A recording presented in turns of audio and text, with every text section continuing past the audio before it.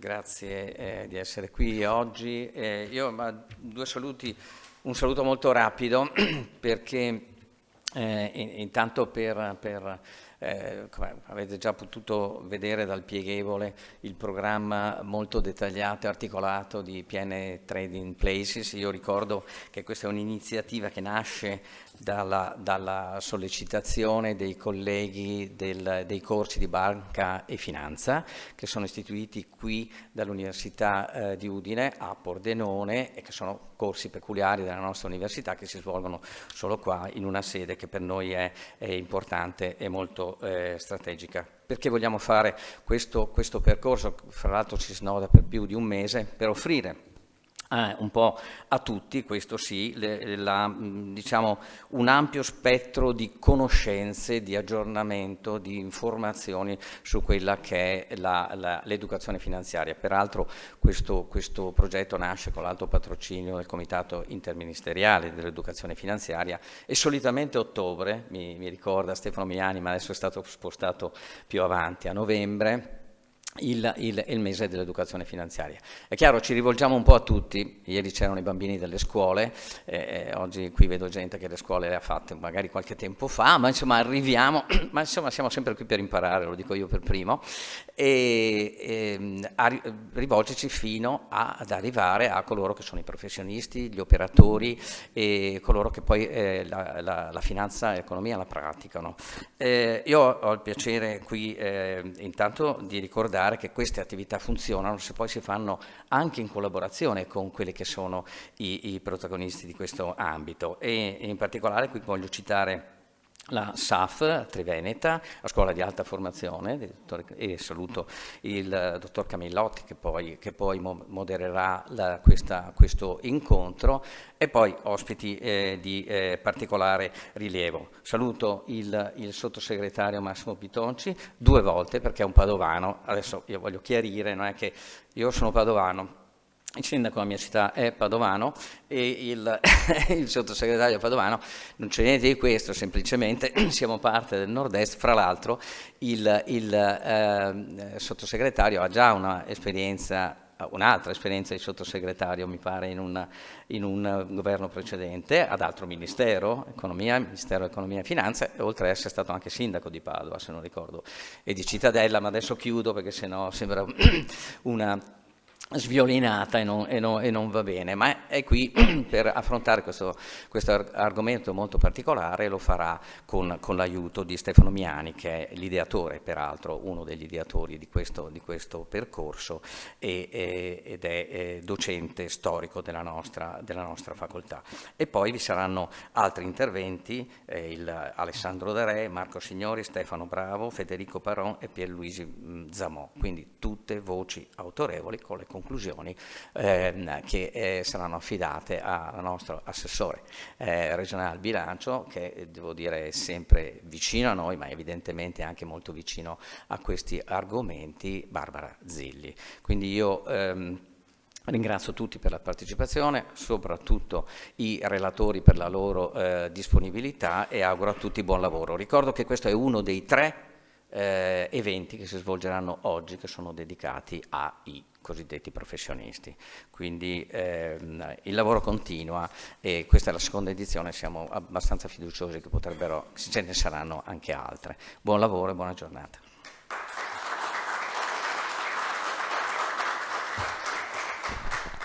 Bene, allora cominciamo a entrare un po' nel vivo, vi presento un po' l'evento e come è nato per capire poi di quello di cui parleremo.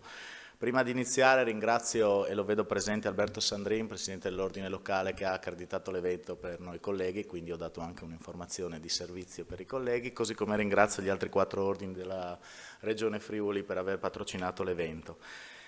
È un evento che nasce da un'idea di Stefano Miani, che, come ha detto adesso il magnifico rettore, sta portando avanti questa iniziativa di Pordenone Trading Places sull'educazione finanziaria, 4 anni fa, quando abbiamo fatto il primo corso di finanza come SAF del Triveneto, in collaborazione con l'Università di Udine, poi è cominciata questa collaborazione e mi piace che questa collaborazione permanga, perché all'interno di un mese, settimana, dipende poi dall'evoluzione di educazione finanziaria, è giusto che educazione finanziaria venga fatta, come ricordato adesso, anche a un livello più alto dei bambini, anche con operatori che si occupano quotidianamente di temi di finanza, di economia in generale, e oggi affrontiamo un tema un po' particolare. Il titolo è il percorso di smontaggio delle garanzie pubbliche legate alla pandemia Covid. È stata una casualità, ma quando io e Stefano Miani stavamo pensando all'evento, nello stesso giorno sul Sole 24 Ore c'era un articolo a firma del sottosegretario che parlava proprio della riforma dei confidi. Allora abbiamo unito le idee che stavano nascendo per costruire questo panel e abbiamo deciso di fare questo incontro, che si svolgerà prima con una sorta di intervista, un dialogo fra Stefano Miani e il sottosegretario sui temi più di attualità legati anche alla riforma dei confidi e comunque in generale al tema delle garanzie, e poi faremo una tavola rotonda in cui abbiamo invitato diverse anime del mondo della finanza, volontariamente escludendo il mondo bancario creditizio, che è quello che eroga i finanziamenti di cui parliamo, e quindi avremo sul palco i rappresentanti di Friulia, di Frie, del mondo imprenditoriale, perché c'è il dottor Zamò come presidente di Confindustria Friuli Venezia Giulia, senza dimenticare poi invece i partner che, secondo quello che saranno forse le conclusioni di questo evento, dovranno essere quelli che nel futuro svolgono un ruolo primario di garanzia agli affidamenti, e quindi i confidi, e vorremmo sentire qual è il loro punto di vista e dove pensano di poter lavorare e come lavorare in futuro a favore delle imprese nell'erogazione del credito. Dicevamo voci diverse perché la garanzia deve essere un elemento importante nell'affidamento del credito, ma vorremmo che nascesse qualcos'altro, no? E questo riguarda molto anche la nostra professione, ossia quando accompagniamo gli imprenditori in banca, quando costruiamo con gli imprenditori un business plan, quello che la banca dovrebbe valutare più che la garanzia reale o la garanzia di firma è la capacità di rimborso del credito che viene erogato, e quindi in questo il nostro ruolo di consulenti, di membri del collegio sindacale tante volte nell'aiuto a fare o non fare una certa scelta da parte del Consiglio di amministrazione, deve essere il focus principale. Da qui poi il convincimento, vedremo, anche di Friuli, che ci darà uno spaccato diverso rispetto alla patrimonializzazione delle imprese, che è un altro tema delicato rispetto all'erogazione del credito. Detto questo, penso di aver fatto il focus su quello che dovevamo dire, direi che possiamo cominciare con questo dialogo col sottosegretario, che ringrazio nuovamente, come fatto dal Magnifico Rettore, perché è stato un po' la ciliegina sulla torta di questo convegno, poterla avere qui direttamente, visto anche l'attività parlamentare che sta portando avanti su questo tema delle garanzie, e poter sentire in diretta quello che è il futuro, che sarà il futuro di questo tema, è importante. Chiudo dicendo che ringrazio l'assessore Zeli per essere qui presente, perché a lei affideremo le conclusioni, ragionando di nuovo di una regione in cui abbiamo la fortuna, secondo me, di vivere, che aiuta davvero le imprese, concedendo diverse misure che favoriscono sia il credito sia i finanziamenti a fondo perduto. Quindi evidentemente, poi magari Alessandro Darè ce lo spiega meglio, è un sostegno notevole e importante per i cittadini, ma soprattutto per le imprese. Quindi grazie di essere qui. Lascio la parola a Stefano Miani, che in qualche modo solleciterà o solleticherà con qualche domanda l'onorevole. Grazie a tutti.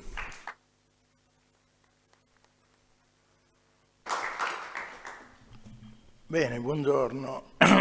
Allora, io direi che cercheremo di toccare diversi aspetti, pur non abusando del tempo, perché potremo stare qui settimane a parlare di questo tema. Io partirei da un aspetto un po' teorico e anche un po' forse parzialmente polemico, ma mi ispiro mi ispiro a un articolo che ha fatto nei giorni scorsi Fubini sul Corriere della Sera e aveva anticipato nella sua newsletter settimanale alla fine della settimana scorsa, in cui, in un contesto in cui attacca pesantemente il sistema bancario su vari fronti, sfiora un po' la questione di oggi, richiamando il tema del nostro incontro, quindi la presenza di queste garanzie, diciamo, pubbliche a 360 gradi sul mondo delle imprese per importi quasi esaustivi rispetto alla massa creditizia.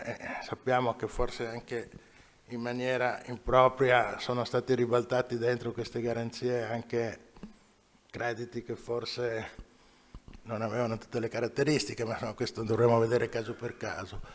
Ma prendo spunto da questo per fare un'affermazione più teorica, ma con anche implicazioni importanti, il ruolo della garanzia. Il ruolo della garanzia che a volte viene un po' perso di vista. La garanzia non è il presupposto per la concessione del credito. Il presupposto per la concessione del credito è la capacità di valutare il merito creditizio, cioè di valutare l'impresa in un'ottica prospettica. E l'esercizio difficile sta soprattutto nel fatto che l'ottica è prospettica, perché se bastasse guardare il passato sarebbe relativamente facile avendo informazioni corrette. Allora questo è fondamentale come concetto, soprattutto per la platea che abbiamo qui oggi, perché poi quelli che aiutano le imprese a presentarsi sono molto spesso i professionisti. La garanzia, soprattutto nelle imprese più piccole, ha svolto in passato e in parte svolge ancora oggi un ruolo quasi di sostituzione dell'informazione, dove l'informazione è scarsa o è scarsamente attendibile e quindi le banche non riescono a fare questa valutazione in assenza di una base di informazioni sufficienti. Ma tornando al tema principale di oggi, in questo articolo Fubini fa un'affermazione che mi è piaciuta, diciamo così, mi ha fatto riflettere, cioè accusa le banche di essersi assuefatte alla garanzia, cioè in sostanza dice le banche a questo punto se uno non ha la garanzia non gli danno più credito e quindi implicitamente dice, senza dirlo, ma lo dico io, che non sono banche ma sono monti di pegno, che è un altro mestiere. Ecco, allora il ruolo della garanzia sicuramente è un ruolo importante, ma dobbiamo ricordare che nell'ambito dell'attività bancaria ci sono i crediti per cassa e i crediti di firma. Forse non ricordiamo che i crediti di firma sono proprio le garanzie. Quindi il mestiere delle banche sarebbe quello di rilasciare le garanzie assieme ad altri intermediari, le stesse assicurazioni. Ma garanzie non ad altre banche, garanzie per il funzionamento del sistema economico, garanzie tra imprese. Chi opera con l'estero sa che nell'operare con l'estero, qualsiasi tipo di settore, se non si usano le garanzie non si fa niente. Non si partecipa a una gara, non si fa un contratto. L'altra cosa paradossale, e qui passo subito la parola al nostro graditissimo ospite, l'altra cosa paradossale è che lo Stato dia la garanzia più ampia, più estesa possibile a tutti quelli che operano nel settore economico, quando di solito lo Stato è uno dei primi fruitori delle garanzie, perché non dimentichiamo che la gran parte delle fideiussioni viene data perché hai a che fare con lo Stato sotto il profilo fiscale, sotto il profilo di autorizzazioni, di contributi. Quindi di solito lo Stato non potendo valutare il merito creditizio di tutte le controparti, chiede garanzia di corretta esecuzione, all'estero anche nelle gare di appalto e in tutte le opere pubbliche, da noi molto meno, e si vedono i risultati. E quindi ci troviamo in una situazione, il 30 giugno è scaduta la deroga comunitaria agli aiuti di Stato, quindi si torna verso il mercato, almeno in teoria.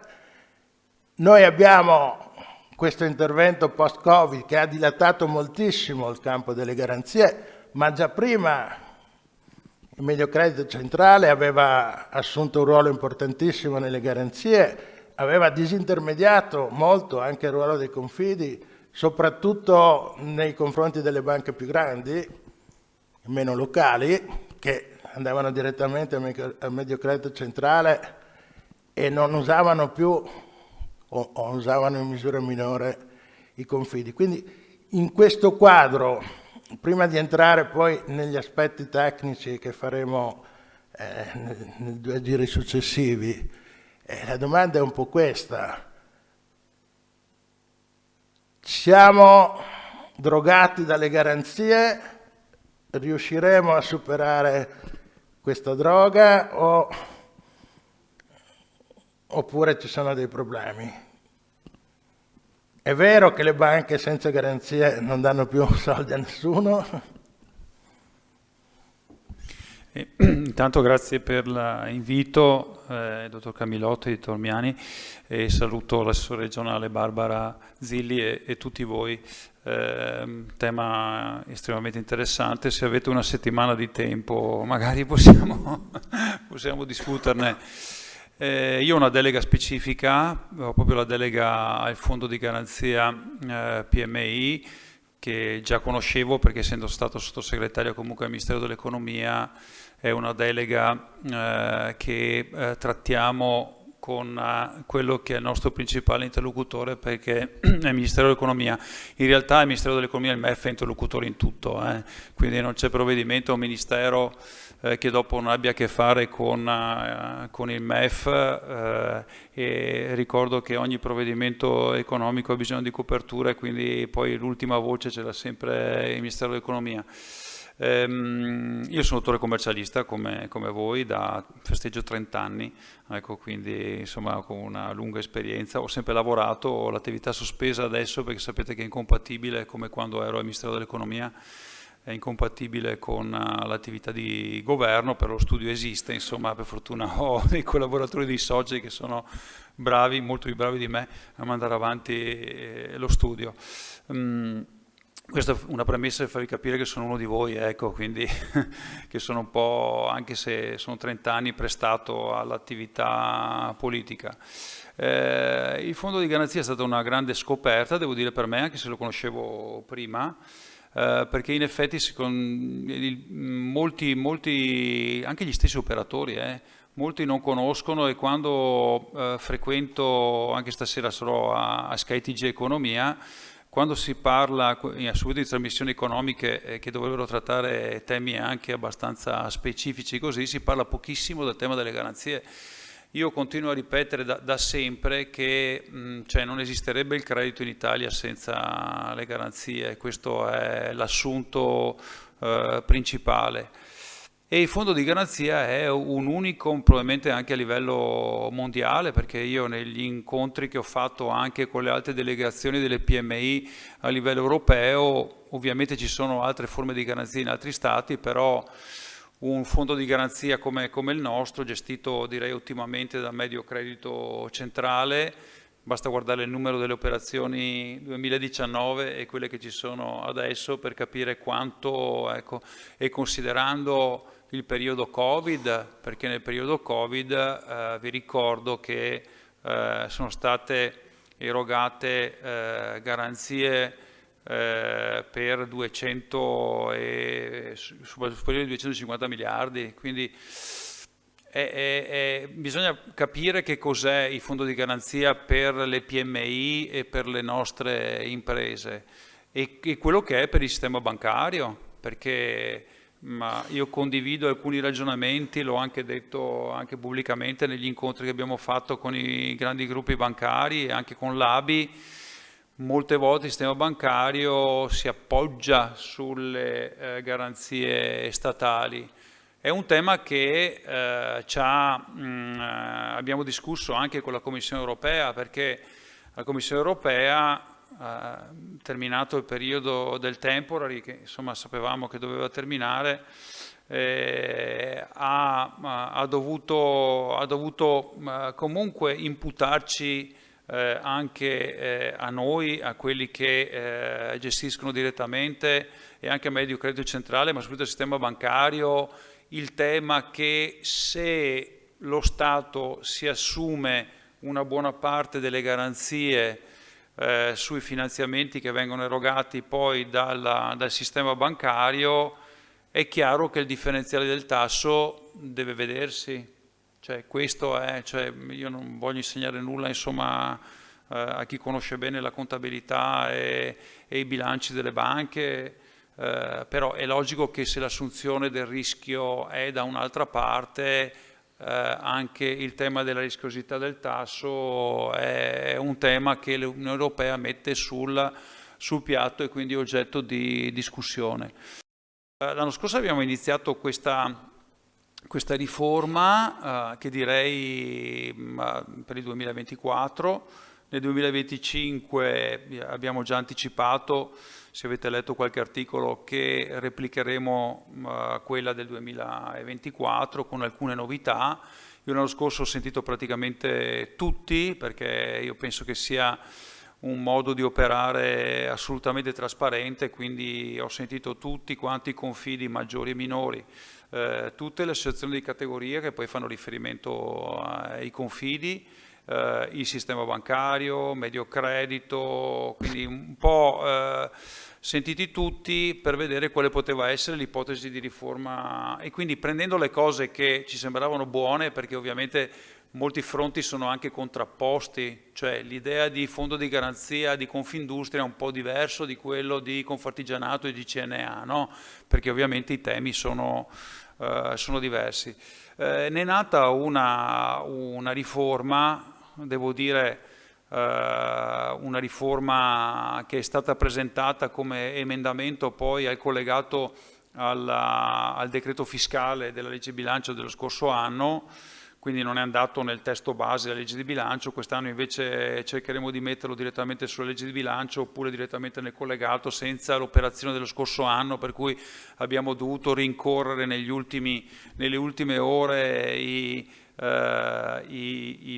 rappresentanti poi della Commissione che hanno depositato la riforma, che poi era stata scritta da noi, ecco, quindi è andata a nome dei relatori, però l'aveva scritta il governo in realtà, insomma, la riforma del fondo di garanzia, con una trattativa all'ultimo minuto con il MEF sulla liquidità, insomma, sulla percentuale di liquidità, no, 55-60 facciamo, perché l'idea del MEF invece era un po' diversa, del Ministero dell'Economia era quello di diminuire molto la percentuale, soprattutto per quanto riguarda la liquidità su fascia 1 e 2, voi operatori sapete di cosa sto parlando, insomma, su quelle aziende che hanno un migliore merito creditizio rispetto alla fascia 3 e 4, sapendo che già la fascia 5 era stata esclusa poi dal fondo. Quindi c'è stata questa trattativa che ha portato a un giusto equilibrio che sarà replicato per l'anno prossimo. Siamo riusciti a mantenere l'importo massimo garantito a 5 milioni, sapete che finito il temporary torna a 2 milioni e mezzo. Poi c'è stato il tema dei confidi. Ecco, sui confidi è stata un po' una sfida, cioè nel senso che l'operatività negli anni del Covid, cioè post 2019, è stata praticamente azzerata, perché nel momento in cui lo Stato dà garanzie sotto i 35.000 euro, e l'importo è stato di 25, passa quasi 30 miliardi, a tutte le PMI senza valutazione del merito creditizio, è abbastanza chiaro che i confidi non hanno trovato spazio. quindi sono stati un po' esclusi dal mondo delle garanzie, delle controgaranzie. E quindi la sfida è stata aumentiamogli il riporto ridotto e vediamo cosa. Quindi abbiamo aumentato l'importo ridotto e devo dirvi che i dati a 80.000 euro, sapendo già che cosa, perché tutto questo lavoro, devo dire, perché non è stato fatto a caso, ma tutto questo lavoro è stato fatto assieme a Mediocredito Centrale e tutto col monitoraggio, cioè nel senso siamo andati a vedere i confidi, quali erano gli importi medi su cui operavano, in modo che l'importo ridotto è stato allineato a quella che era l'operatività media dei confidi, come anche nella riforma che abbiamo scritto, che è già mandato al Ministero dell'Economia, e speriamo che non ci sia poi la contrattazione dello scorso anno sulle percentuali, ecco, anche qui la nostra idea è quella di portare a 100.000 euro l'importo ridotto. Perché questo? Perché ci sono aperti degli spazi. Allora, il mondo bancario tende a escludere, per una serie di ragioni, insomma, Basilea 1, 2, 3, eccetera, eccetera, tende a escludere le microimprese. Il nostro tessuto produttivo è fatto per il 93-94% di microimprese nell'indicazione di carattere europeo. Quindi c'è un tema soprattutto delle grandi banche, non delle banche magari del credito cooperativo e quindi le banche un po' più piccole che sono ancora vicine, diciamo così, ai piccoli. C'è un tema che è legato, come diceva prima Miani, al tema della valutazione del merito creditizio delle aziende, del rating, che il ruolo, io mi ricordo quando ho iniziato. Io ho lavorato prima alla PricewaterhouseCoopers, facevo certificazioni di bilancio, poi ho fatto l'esame di Stato e ho cominciato a fare il commercialista. Però nei primi anni, e lo sapete benissimo, soprattutto quelli un po' più vecchiotti come me, insomma, che si accompagnavano, cioè il commercialista accompagnava l'impresa in banca. E il direttore di banca aveva una certa elasticità e la valutazione veniva fatta non solamente su meri dati contabili, ma veniva fatta anche tenendo conto di altre valutazioni della storia dell'impresa, quindi della solvibilità dell'impresa negli anni, cioè della possibilità quindi di ripagare poi i finanziamenti e il credito, cioè delle valutazioni che erano un po' estemporanee e che adesso non vengono più utilizzate nelle valutazioni che vengono fatte dal sistema bancario. Questa cosa quindi è terminata. Il mondo bancario, ma me l'hanno detto direttamente, insomma, subito le grandi banche, che per loro i piccoli sono un po' un problema, perché chiamiamoli la burocrazia e il costo che ha la banca nella valutazione del piccolo, del piccolissimo, è identica a quella del grande, per cui non hanno molte. Secondo me questo è un errore, perché nella storia del credito, se voi guardate storicamente i dati, le percentuali di default sono maggiori nelle medio-grandi aziende rispetto ai piccoli. È un po' la storia del microcredito anche dice questo, no? Che i piccoli, è vero che ci sono stati dei problemi durante il periodo del Covid, però io quello che ho contestato in questo anno, in cui c'è stato un attacco abbastanza pesante da parte non solo della stampa economica, ma anche di altri soggetti che non vedono bene il fondo di garanzia PMI, io ho continuato a spiegare quello che è il tema fondamentale, no? Gli articoli che dicevano 300 miliardi di default, possibile crash ma bisogna spiegare alla gente che il fondo di garanzia è un fondo rotativo, cioè nel senso che l'esposizione che c'è nel fondo di garanzia non è un'esposizione che si può sommare e dire che ci sono 300 miliardi come qualche mese fa il titolone di qualche giornale, per cui c'è un problema anche a livello europeo legato anche al debito pubblico e alla possibilità di default delle aziende. Non è che le aziende falliscono tutte quante in contemporanea. E un'altra cosa che ha tacitato questi corvi è aver dimostrato con i dati di Mediocredito che le percentuali di default sono inferiori al 2%, cioè siamo perfettamente in linea con i dati del 2019. Quindi il tema è invece cercare di far capire al sistema bancario che è uno strumento importante anche di politica economica e finanziaria a sostegno delle imprese, che le banche però non devono appoggiarsi solo su questo e che quindi anche loro devono metterci del proprio, perché sennò è troppo comodo.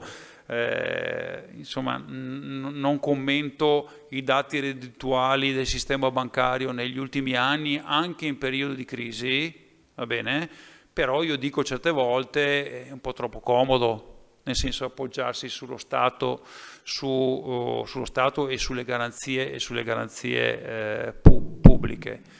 Il ruolo dei confidi io lo ritengo un ruolo importante. I dati sono buoni. Io l'altro giorno che ho incontrato Mediocredito ho chiesto una analisi approfondita dei dati dei confidi, perché non è che voglio capire solamente l'importo medio, voglio capire le categorie, voglio capire anche se sono aumentate non solo le operazioni, ma anche l'importo totale delle garanzie, se c'è un trend positivo. Perché nel mondo confidi, come sapete, c'è qualche problema e adesso parlo qualche minuto del tema della riforma. Nel senso che c'è un tema confidi e confidi minori, c'è un tema di confidi non ovviamente nel nord Italia, ma diciamo un po' più al sud, che sono poco operativi, ma hanno capitale. Allora io dico se hanno capitale perché non sono operativi. Ecco, diventano un po' delle piccole cassaforti locali. Allora l'intenzione del governo è quella di non toccare la distribuzione e il ruolo dei confidi maggiori che sono vigilati dalla Banca d'Italia rispetto ai confidi minori, ma c'è bisogno di una spinta perché il sistema di rete importante dei confidi sia veramente d'aiuto al sistema delle PMI. In alcuni casi lo è, in alcuni casi sinceramente non lo è, nonostante le valutazioni che abbiamo fatto. I confidi cosa chiedono poi? Chiedono inoltre di poter erogare anche nuovi servizi. Abbiamo discusso anche sull'erogazione diretta. Ecco, sull'erogazione diretta ci sarà da discutere parecchio con Banca Italia, perché sapete che su questo Banca Italia un po' ecco, avrà qualcosa da dire. Io credo che possa essere anche questa una importante innovazione. I confidi già possono fare delle piccole erogazioni dirette. Poi c'è il problema della provvista, perché erogazione ci vuole la provvista, quindi bisogna capire come poi lavorare sulla provvista dei confidi. Con le regioni anche qui abbiamo aperto, grazie anche al Presidente Federica, io con Massimiliano insomma ci siamo sentiti più volte su questo tema. La conferenza Stato-Regioni mi ha delegato 2 rappresentanti per discutere del tema delle regioni. Ci sono regioni che hanno la sezione speciale, ci sono altre regioni che non le hanno. Anche qui vorremmo tentare un po' di, senza intaccare l'autonomia, che qua ovviamente in Friuli è importante, l'autonomia regionale quindi la possibilità quindi, insomma, di erogare garanzie, anche perché poi le regioni possono attingere anche ovviamente a risorse di carattere europeo, quello che, insomma, che è molto importante. Vorremmo cercare di far capire ad alcune regioni che è importante cercare di uniformare il sistema di garanzie, perché anche le regioni possono fare la loro parte. Quindi, concludendo questo mio primo intervento, le garanzie sono un tema di sistema, cioè non è solo una cosa, non è solo un'altra. È un tema legato al fatto che ci sia medio credito, ci siano le garanzie statali, ci siano le garanzie delle regioni, ci siano le garanzie dei confidi che hanno ricominciato a lavorare. È un lavoro che deve essere fatto da un sistema complessivo. Bene, direi che insomma, abbiamo toccato un po' i diversi temi, quindi io non vado a riprendere punto per punto, ma col rischio di rendere un po' complicata la discussione, visto che mi occupo da tutta la mia vita accademica di garanzie e confidi, mi permetto forse di essere un po' eretico rispetto un po' alle discussioni generali. Tre cose, visto che si va verso una riforma. Uno, sono molto scettico sul fatto di far fare ai confidi, anche perché non hanno la provvista, ma anche perché è un altro mestiere l'erogazione diretta del credito, il microcredito, eccetera. Mi sembra uno sbaglio abissale. Due, se dovessi pensare a un'innovazione, ma ne abbiamo anche parlato tante volte in questa regione con qualche esperimento anche, quello che manca più di tutto alle piccole imprese è l'equilibrio finanziario, della struttura finanziaria, quindi un ruolo importante che forse potrebbero giocare i confidi è quello di dare garanzia sulla capitalizzazione dell'impresa, non solo sull'accesso al credito, e quindi penso per esempio a garanzia all'imprenditore perché ricapitalizzi. Tre, e questa cosa è forse l'affermazione più pericolosa, ma lo sostengo da tempo, io credo che l'assimilazione della figura confidi alla banca sia un po' una forzatura, sia per la storia dei confidi, sia per proprio la logica di funzionamento. Io credo che i confidi siano un intermediario che si colloca a metà strada tra la banca e l'assicurazione. E proprio nell'impostazione della riforma dei confidi e della vigilanza dei confidi, che ovviamente è stata affidata alla Banca d'Italia e quindi segue un po' la filosofia della vigilanza delle banche, bisognerebbe tenere conto che non sono banche e bisognerebbe tenere conto che proprio per il discorso dei costi che le banche non vogliono sopportare nell'affidamento dei microcrediti alle imprese piccole, perché il costo della gestione, della valutazione impatta e alla fine non conviene nemmeno perché non lo recuperi neanche, bisognerebbe cominciare un po' di più a guardare al rischio di portafoglio più che al rischio individuale sulla singola impresa. Quindi quando noi rimaniamo su importi modesti, nella vigilanza del confidi dovremo introdurre un po' delle regole e anche nelle politiche di concessione del credito, delle regole di portafoglio più che delle regole di singolo affidamento e quindi mutuando un po' anche le logiche, per esempio, del ramo credito e cauzioni delle assicurazioni, non al 100%, ma una cosa a metà strada. Cioè i confidi, lavorando su piccoli importi, fanno un frazionamento del rischio.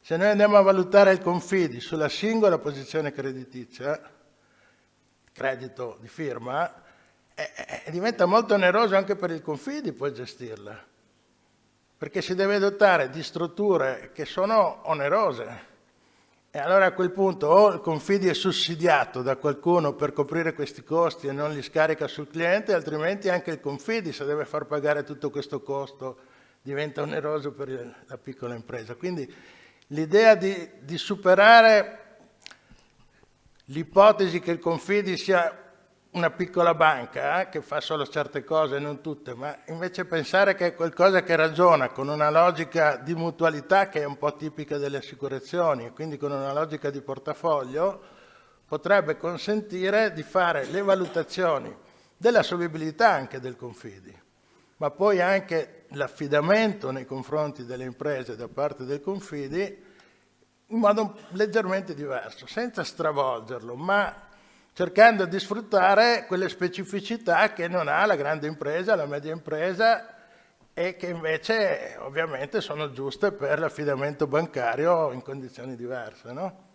Quindi questa sento sicuramente il peso di queste parole come provocazione, ma credo però che altrimenti diciamo che il Confidi diventa una banca, se si mette a fare anche microcredito poi diventa una banca, poi fra qualche anno diremo che c'è un problema di dimensione e poi rimangono 3 Confidi in Italia, mi sembrerebbe ridicolo.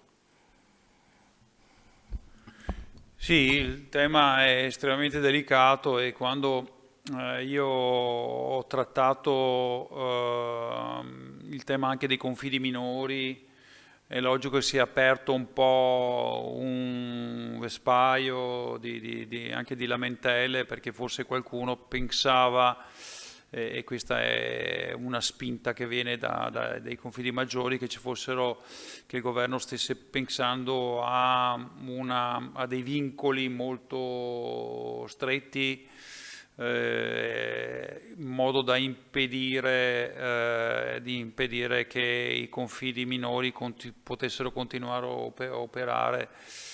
Questo assolutamente no, cioè, nel senso che attualmente mi pare che ci siano sui 120 confidi diciamo minori. Come vi dicevo prima, stiamo facendo delle valutazioni sull'effettiva operatività, perché non è neanche corretto che si chiami confidi e poi in realtà è una cassaforte, ecco, con tanto magari anche di compensi e tutto, cioè questa mi pare che sia una cosa... In ecco. qualche caso erano addirittura aziende familiari, no? Sì, esatto, non volevo arrivare a dire quello perché poi c'è la registrazione. Quindi, ecco, quindi alcune realtà sono così, no? Come in Veneto la Cassa Peotta, vi ricordate la Cassa Peotta? Ecco. Anche in Friuli probabilmente. Ecco, mi ricordo mio papà che versava moltissimi anni fa nel weekend la Cassa Peotta, che poi a fine anno dopo l'hanno vietate, per cui non esiste più il problema. Ecco, un po' una cosa di questo tipo, ecco. Cioè dobbiamo evitare che il Confidi deve avere il suo ruolo. I Confidi però chiedono la possibilità di avere ulteriori spazi, no? Nel mondo del credito e dell'erogazione. Io penso che comunque si arriverà a una cosa minore, no? Cioè molto limitata, anche perché Banca Italia su questo tema non ci sente, cioè nel senso c'è già il sistema bancario, c'è già il sistema delle banche cooperative, ecco, quindi però c'è una spinta loro ovviamente noi abbiamo dato una grande mano perché aver tolto il costo, no? Cioè il costo delle commissioni ai confidi e quindi alle microaziende le ha aiutate insomma a avere un ruolo che era perso perché le stesse banche non volevano più le controgaranzie dei confidi, cioè no, è la banca che diceva cosa mi interessa, cioè neppure voleva. Gli spazi si sono creati, no? Si sono creati. Sul ragionamento che veniva fatto sulla parte, diciamo così, di investimento, il fondo di garanzia rimane uno strumento importante, perché ricordo che le garanzie sono all'80% sulle start-up, imprenditoria femminile e investimenti, quindi c'è una scelta di campo da parte del governo per mantenere le garanzie molto alte e sulla parte strutturale. non sul capitale di rischio. No? Quindi là problema... però il Ministero dell'Economia ha messo in piedi questa, che non so se è ancora operativa perché non la seguo io, ma la segue il Ministero dell'Economia, questa garanzia che mi pare si chiami, se non sbaglio, Archimede, se non sbaglio il nome, perché l'ho vista ma non fa parte del nostro Ministero, che però è proprio indirizzata, però è nuova. Non ho ritorno sull'effettiva operatività di questa iniziativa che me ne aveva parlato il ministro Giorgetti, che tra l'altro è stato ministro anche all'ex Mise, adesso Mimit, e quindi insomma conosce bene il tema delle garanzie. Sarebbe però molto interessante cercare di portarla nell'ambito dei confidi per la ricapitalizzazione delle piccole imprese. No? Questo è un aspetto. È logico che c'è un tema che probabilmente non è solamente italiano, riguardo la capitalizzazione delle nostre imprese, e che dopo subisce anche la mannaia del sistema bancario, questo è estremamente chiaro. Come il nostro Ministero, per esempio, sta lavorando molto anche sui sistemi di incentivazione, per esempio io che ho la delega anche agli incentivi, Transizione 5.0, insomma è partita finalmente, sono 6,3 miliardi, poi ci sono altri 6 miliardi e mezzo sulla continuazione di Industria 4.0, là ci sono 12 miliardi, insomma, per aiutare le imprese a fare degli investimenti in linea poi con la transizione green, quindi richiedendo, ma insomma voi che siete operatori economici sapete benissimo che magari alcune aziende vostre hanno magari o già fatto la domanda al GSE oppure stanno valutando di fare la domanda al GSE, anche perché insomma sono crediti d'imposta che vanno al 35 al 45% e si può arrivare anche al 63% con i pannelli fotovoltaici, quindi insomma è una misura direi importante a rubinetto che termina il prossimo anno, quindi bisogna mettere in funzione i macchinari o comunque finire le opere entro il 2025, perché sono fondi europei, perché sono fondi del Repower EU che sono stati rimodulati poi, ecco. Quindi noi da quel punto di vista stiamo cercando di portare avanti la nuova Sabatini, ci sarà anche in legge di bilancio ancora la nuova Sabatini, tutta una serie di incentivi poi per le imprese. Cerchiamo insomma di fare la nostra parte dal punto di vista dei finanziamenti. Poi sono d'accordo sul tema del rischio di portafoglio, ne abbiamo parlato ieri anche con Abi, cioè nel senso che è più importante il rischio di portafoglio piuttosto che la valutazione singola, ecco, quindi su questo secondo me già si sta ragionando, e nella nuova valutazione e così anche medio credito, insomma su questo io penso che prima non ho parlato di una cosa però delle small big cap, nel senso che abbiamo riattratto al fondo le small big cap che prima erano competenza di SACE, questo grazie a un intervento di Confindustria, perché le small big cap con SACE non si erano trovati molto, molto bene, per cui le abbiamo riattratto un'altra volta a medio credito. Considerate che dietro una small big cap ci sono centinaia di microaziende, quindi in realtà la small big cap dietro ha una filiera, solitamente è il capo di una filiera, e siccome il nostro sistema produttivo è fatto di filiere, un'altra novità, abbiamo cercato di introdurre anche il terzo settore al fondo di garanzia. Abbiamo lavorato con il Ministero del Lavoro per una sezione speciale anche terzo settore, perché anche nel terzo settore c'è bisogno di garanzie. Cioè, pensate che l'anno scorso ho incontrato la CEI sul tema delle garanzie, quindi anche la Chiesa ha bisogno e su quello, mentre le altre imprese del terzo settore sono già dentro il fondo di garanzia, quindi le imprese che del terzo settore in realtà sono già dentro. Ci sono quelle che non sono impresa, che sono associazione, e su questo il Ministero del Lavoro stiamo lavorando per una sezione speciale. Viene una battutaccia per il mio rettore, dicendo che fra un po' dovremmo iscriverci anche noi come università al Confidi per ottenere credito. Grazie.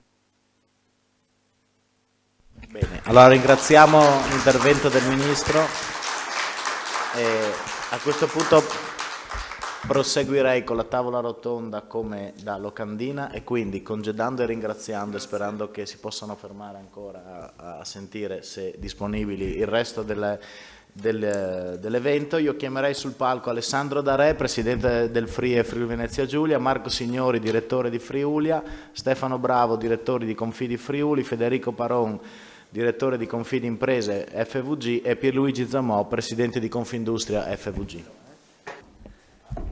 Allora, a questo tavolo ci sei tu come Friulia che evidentemente dai uno spaccato diverso rispetto al credito e alla capacità che le imprese hanno di ottenere questo credito.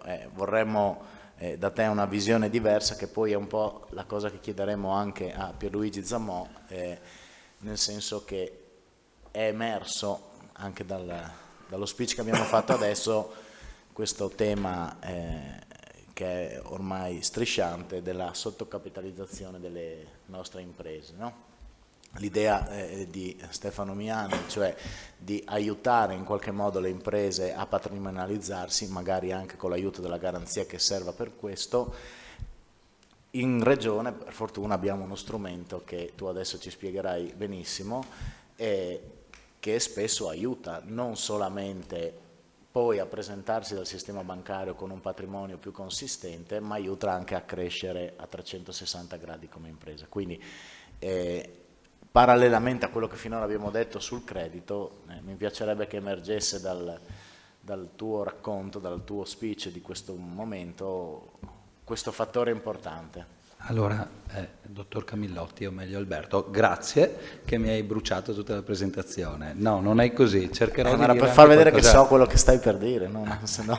Cercherò di dire qualcosa di più e intanto un ringraziamento un po' a tutti. Ecco, adesso in particolare mi sento di ringraziare il professor Miani che come ogni anno mi invita a questo evento cercando poi di riuscire a riscontrare quelle che sono le attese che ha nei confronti di Friulia come contributo che può dare in un'occasione di questo genere. Mi trovo molto molto allineato con quello che il professor Miani durante il precedente tavolo ha detto e cercherò magari di portarvi in questa presentazione che ho prodotto a riflettere su alcuni passaggi anche di debolezza che il nostro, possiamo dire, sistema ha, diversamente da altri sistemi o economie in giro per il mondo.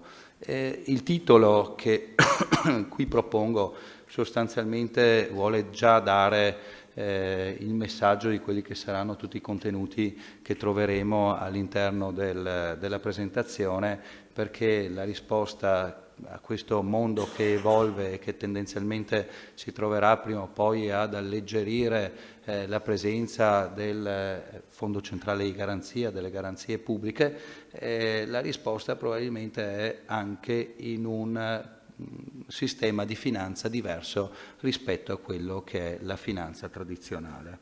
Allora, innanzitutto la finanza la possiamo suddividere in finanza tradizionale, credo che lo sappiate bene un po' tutti, finanza alternativa, diciamo che il nome alternativa sembra qualcosa che sia sostitutivo rispetto alla finanza tradizionale, in realtà ci piace chiamarla di più complementare. La finanza tradizionale è quella bancaria, quella che un soggetto iscritto al 106 del TUB porta avanti nell'ambito dell'esercizio della propria impresa e quindi l'apertura di credito, insomma mutuo e via dicendo. La finanza alternativa è qualcosa di strano, in realtà quando dopo lo vedremo non è così tanto strano, ma quello che è un primo messaggio che voglio dare è questa elencazione non è stata fatta in via personale, ma è un'individuazione di un elenco di strumenti di finanza alternativa che viene proposto dal Politecnico di Milano. E quindi per quel che ci riguarda, in questa sede qui, in particolare io sottolineerei il private equity e il venture capital, che è un po' il macro mondo su cui ci muoviamo noi come operatori Friulia, come operatore di finanza alternativa, ma soprattutto vorrei anche così concentrare la vostra attenzione su quello che è il mondo della quotazione di borsa, perché anche quello è il mondo della finanza alternativa, e quello dei mini bond, e queste tre macro voci in particolare. Poi c'è tutto il mondo della finanza agevolata che serve a sostenere la crescita. Ovviamente non vi sto a dire che dietro c'è sempre un soggetto pubblico che la porta avanti, no, come interesse, perché in realtà concede credito o credito tradizionale o di firma a condizioni diverse rispetto a quelle che consente, quelle che eroga la finanza tradizionale. Diciamo che l'Italia è un sistema bancocentrico perché uno dice, ecco, perché questi sono i numeri. Allora, se noi andiamo a prendere quelli che sono i finanziamenti concessi al mondo delle imprese non finanziarie, quindi togliamo tutte le banche e le assicurazioni dal mondo della finanza tradizionale, sono 605 miliardi. Questi dati sono recuperati da Banca d'Italia piuttosto che Bloomberg, ovvero l'osservatorio del Politecnico di Milano per quanto riguarda la finanza alternativa. Quanto vale la finanza alternativa? Prendiamo le parti più importanti della finanza alternativa. 440 miliardi sono la capitalizzazione di borsa di quelle che sono le aziende comparabili ai finanziamenti erogati nei confronti della finanza, nei confronti delle imprese non finanziarie. Quindi abbiamo tolto tutto il mondo dalla capitalizzazione di borsa di quelle che sono le società attive nel settore bancario e assicurativo, altrimenti sarebbero 700 miliardi. Però togliamo quelle, sappiamo che il mercato borsistico italiano è molto esposto su quello che è il mondo finanziario e otteniamo 440 miliardi. Ci togliamo pure le società, diciamo anche in gran parte partecipate dallo Stato centrale, quindi Eni, Enel, molte utilities, togliamo quindi altri 160 miliardi, rimangono 280 miliardi che in realtà inizia a essere poco. Il mondo del private equity quanto vale? 57 miliardi, tenete presente che qui all'interno del mondo del private equity in Italia ci sono delle operazioni che sono state concluse nei recenti anni che hanno un po' sfalsato i numeri. Uno di queste, ve lo dico che così capiamo subito l'entità, è l'acquisizione da parte di CDP e il fondo Macquarie della Autostrade per l'Italia, quindi quello ha un valore decisamente diciamo non nella norma delle operazioni di private equity, e in più c'è stata tutta l'acquisizione del settore delle energie rinnovabili da parte di un fondo di investimento, settore delle energie rinnovabili del gruppo Falck, che anche quello ha fatto saltare un po' i numeri. Andrebbero tolti almeno 7 miliardi di euro. E il mondo dei mini bond vale 10 miliardi, è tanto o poco? Beh, per me è poco, anche perché circa il 50% in realtà di queste emissioni sono sottoscritte dal mondo della finanza tradizionale, quindi dalle banche, e quindi si rientra in quei 605 e andrebbero sommati questi 5. Quindi è veramente anche poco quello dei mini bond. Funziona così in tutto il mondo? Beh, prendiamo la capitalizzazione di borsa e le mettiamo a confronto rispetto al PIL di una nazione. Noi abbiamo preso quello degli Stati Uniti e si vede che gli Stati Uniti hanno circa 200% di quello che è il loro PIL in capitalizzazione di borsa. La Francia è molto ma molto più avanti di noi perché è un sistema molto più evoluto comunque, e fa il 120% del proprio PIL. La Germania inizia ad essere un po' sotto il 100 perché arriva al 60%, l'Italia fa veramente poco, fa il 33%. Il mercato, quello dei 700 miliardi che vi ho detto, perché lì ricarichiamo dentro tutto il mondo del sistema finanziario, banche e assicurazioni, confrontato col PIL nazionale, la capitalizzazione è 33%. Vuol dire che in Italia la finanza alternativa non esiste. Cioè, la sintesi è questa, no? Quindi effettivamente siamo probabilmente molto eccessivamente esposti al mondo bancario, bancocentrici, e probabilmente siamo anche tendenzialmente come diceva il professore, un po' viziati dal fatto che c'è qualcuno che fa che concede la garanzia. Siccome siamo molto bancocentrici, facciamo un passo avanti e cerchiamo di capire quali sono gli elementi costitutivi del credito per presentarsi presso la finanza tradizionale. Beh, allora, due grandi gruppi, no? Due grandi insieme. Uno è come si fa a accedere al credito, quindi l'accesso al credito, poi l'altro che condizioni mi consente di avere la banca per l'erogazione del credito. I due grandi gruppi si incrociano, no, i due grandi insiemi si incrociano sulla liquidità a disposizione del sistema e la rischiosità percepita dal prenditore. Faccio un passo indietro. Sull'accesso al credito è importante anche capire se il sistema finanziario è maturo.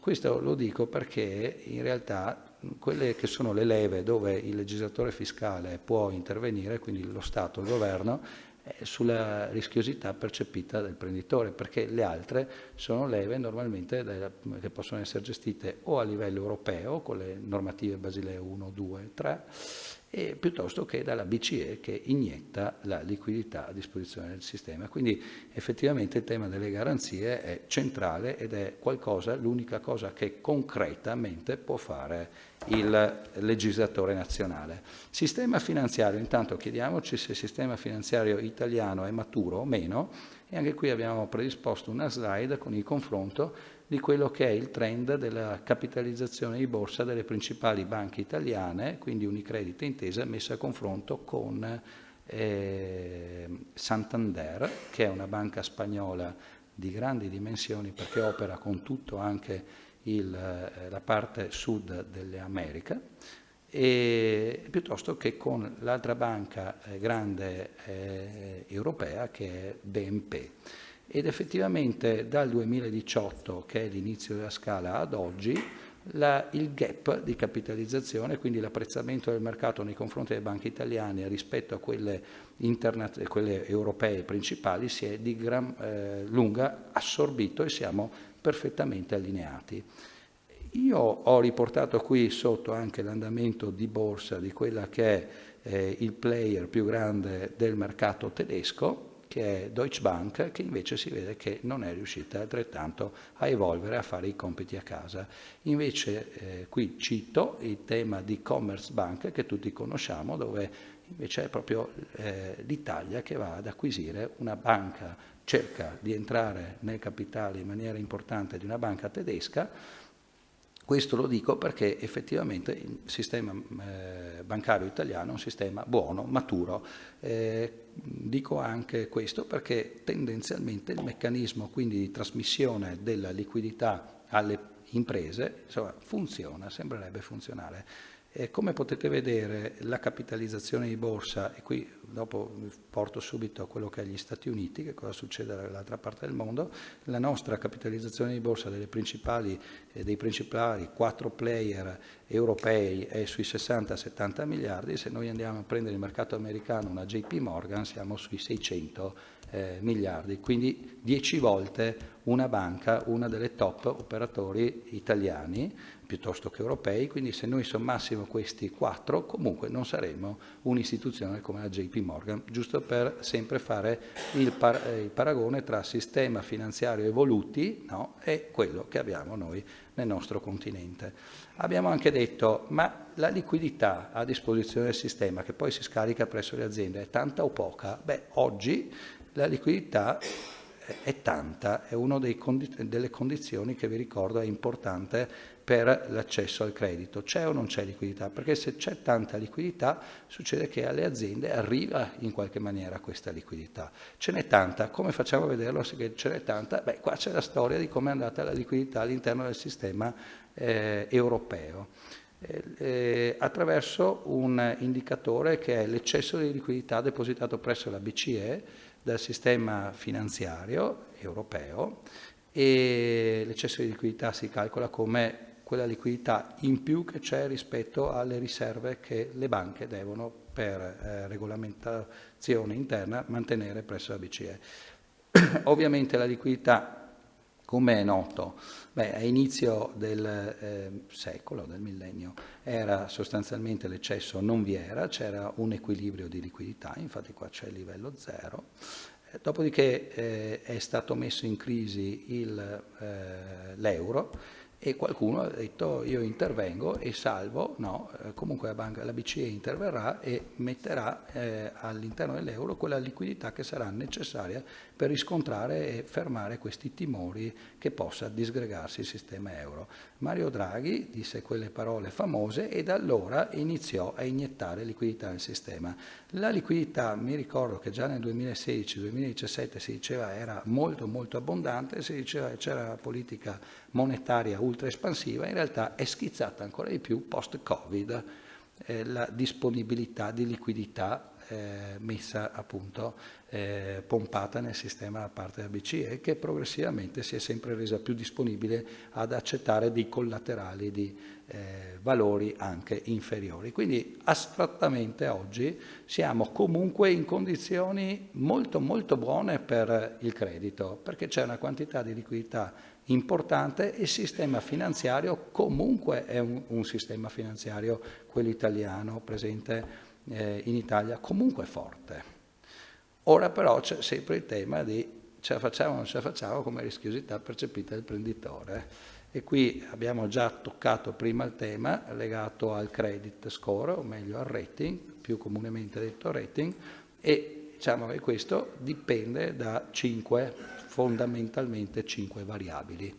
Queste 5 variabili sappiamo che una è l'equilibrio economico, finanziario e patrimoniale, un'altra è la performance storica dell'azienda, settori in cui opera, importantissimo, perché ci sono settori più ciclici mentre altri molto più stabili, il track record dell'imprenditore, anche perché se il track record non è proprio brillante, anche quello è un elemento di valutazione, e la tipologia e solidità degli azionisti e dei garanti, quello che poi alla fine viene identificato come il security package che chiede la banca. Ora, con il Fondo Centrale di Garanzia, le garanzie pubbliche, si è agito sul 5, che era la leva d'azione dove effettivamente avrebbe potuto in maniera tempestiva e veloce intervenire lo Stato.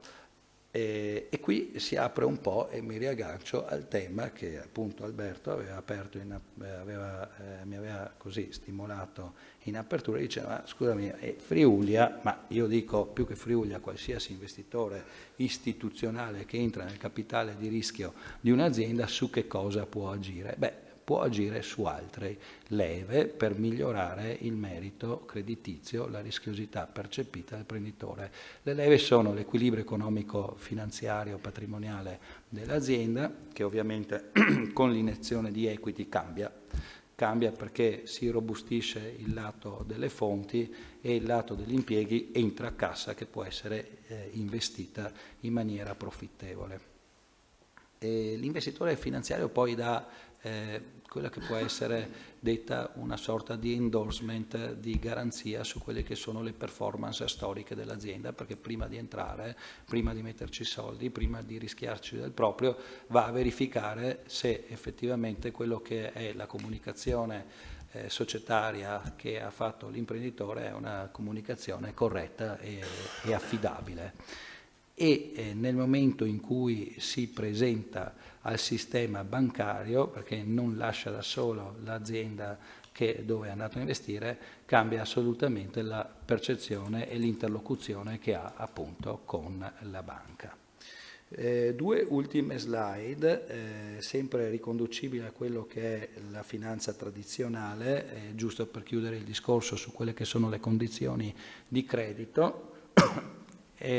Una è i tassi che abbiamo oggi di riferimento, qui è preso l'IRS a 5 anni e possiamo vedere che sta andando verso il 2, oggi è un po' sopra il 2, è tanto e poco. Beh, il problema è che oltre a essere viziati dal sistema delle garanzie siamo stati viziati da dei tassi che non erano pari a 0 e quindi oggi questa slide ha questo messaggio, cioè probabilmente questo periodo di tassi a 0 è finito, quantomeno non lo rivedremo per tanto tempo.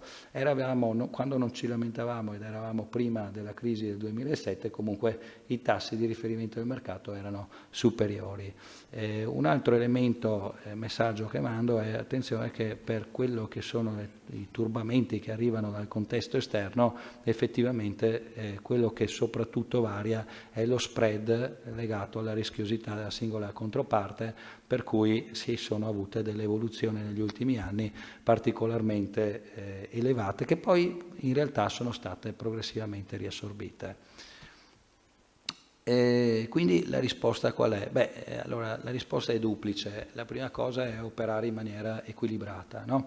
E quindi con degli impieghi e soprattutto delle fonti che possono riscontrare quelle che sono le esigenze di un attivo fisso piuttosto che un capitale circolante netto che ruota, e deve esserci quindi delle fonti a lungo e delle fonti a breve che si sposano in misura dinamica, in un equilibrio dinamico con quelle che sono le esigenze di breve e di lungo degli attivi.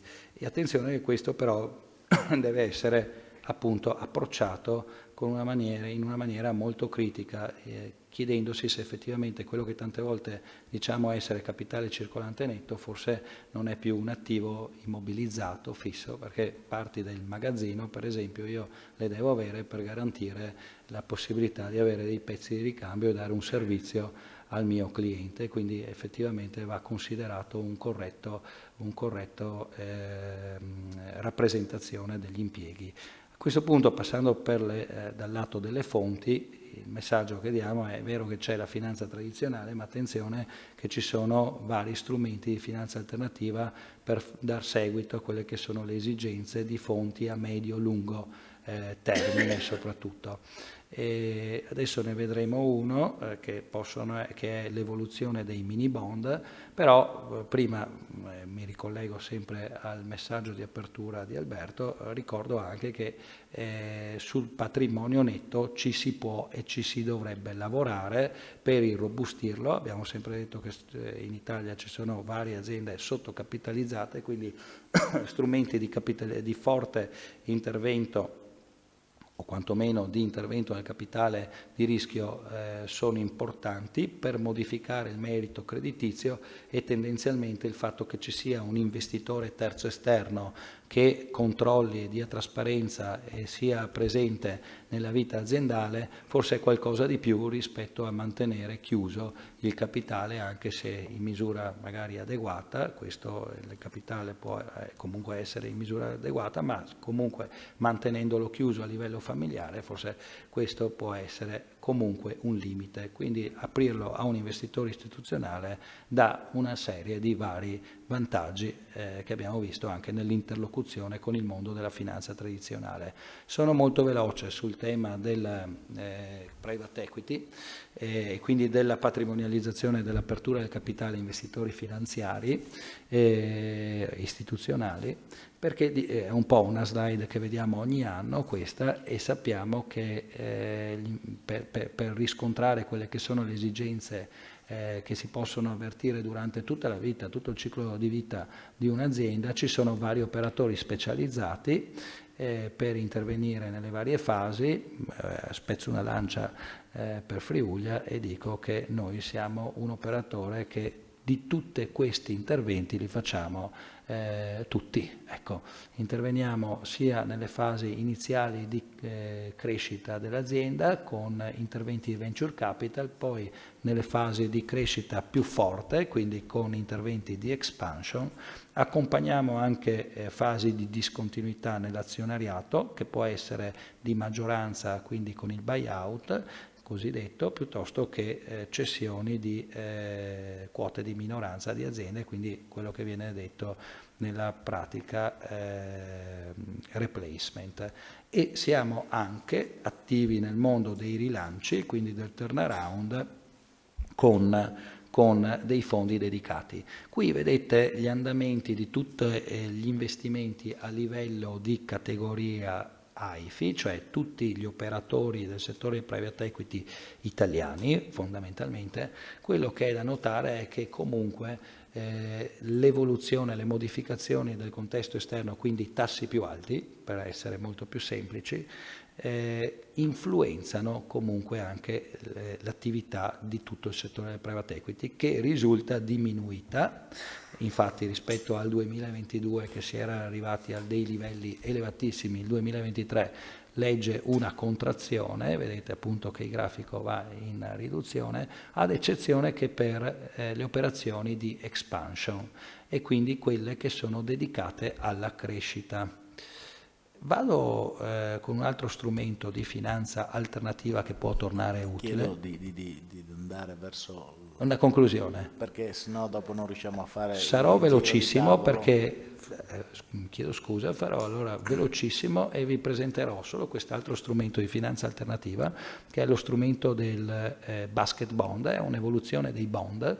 E in che cosa consiste? Consiste nella possibilità di raccogliere più emissioni da parte di soggetti emittenti e farle cartolarizzarle, ossia inserirle all'interno di un veicolo che presenta una massa appunto a questo punto di emissioni tale per cui può proporsi e candidarsi alla raccolta di investitori istituzionali.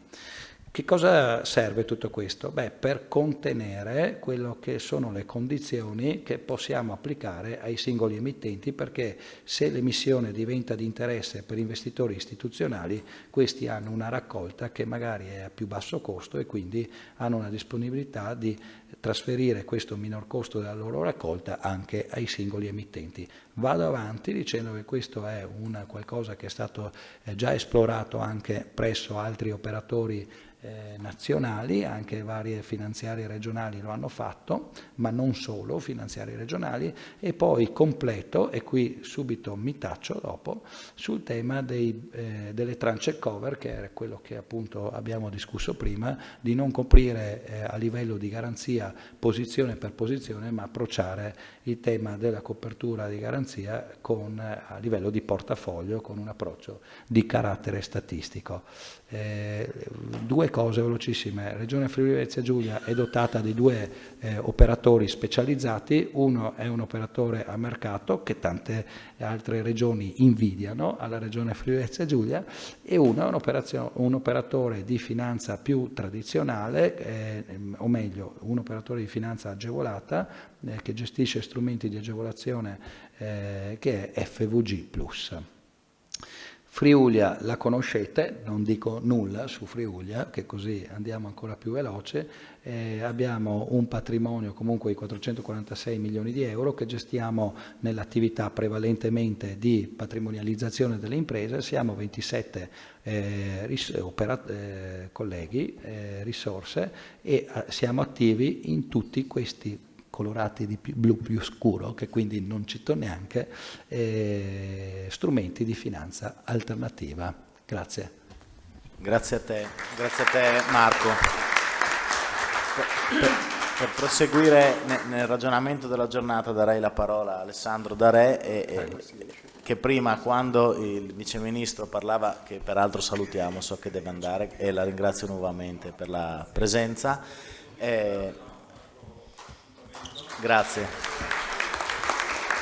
Dicevo che Alessandro Darè prima, quando il sottosegretario parlava di fondo rotativo, facevi di sì con la testa, no? Quindi se puoi rappresentarci anche la tua visione in questo mondo. Sì, faccio una battuta anche rispetto ai temi provocatori, diciamo, proposti dal professor Miani. Il FRIE è una delle droghe principali di questa regione, anzi è una droga più forte delle garanzie, perché mentre il sottosegretario fa solo garanzie, noi non le facciamo, diamo direttamente i soldi, ok? Rispondendo sempre all'80%.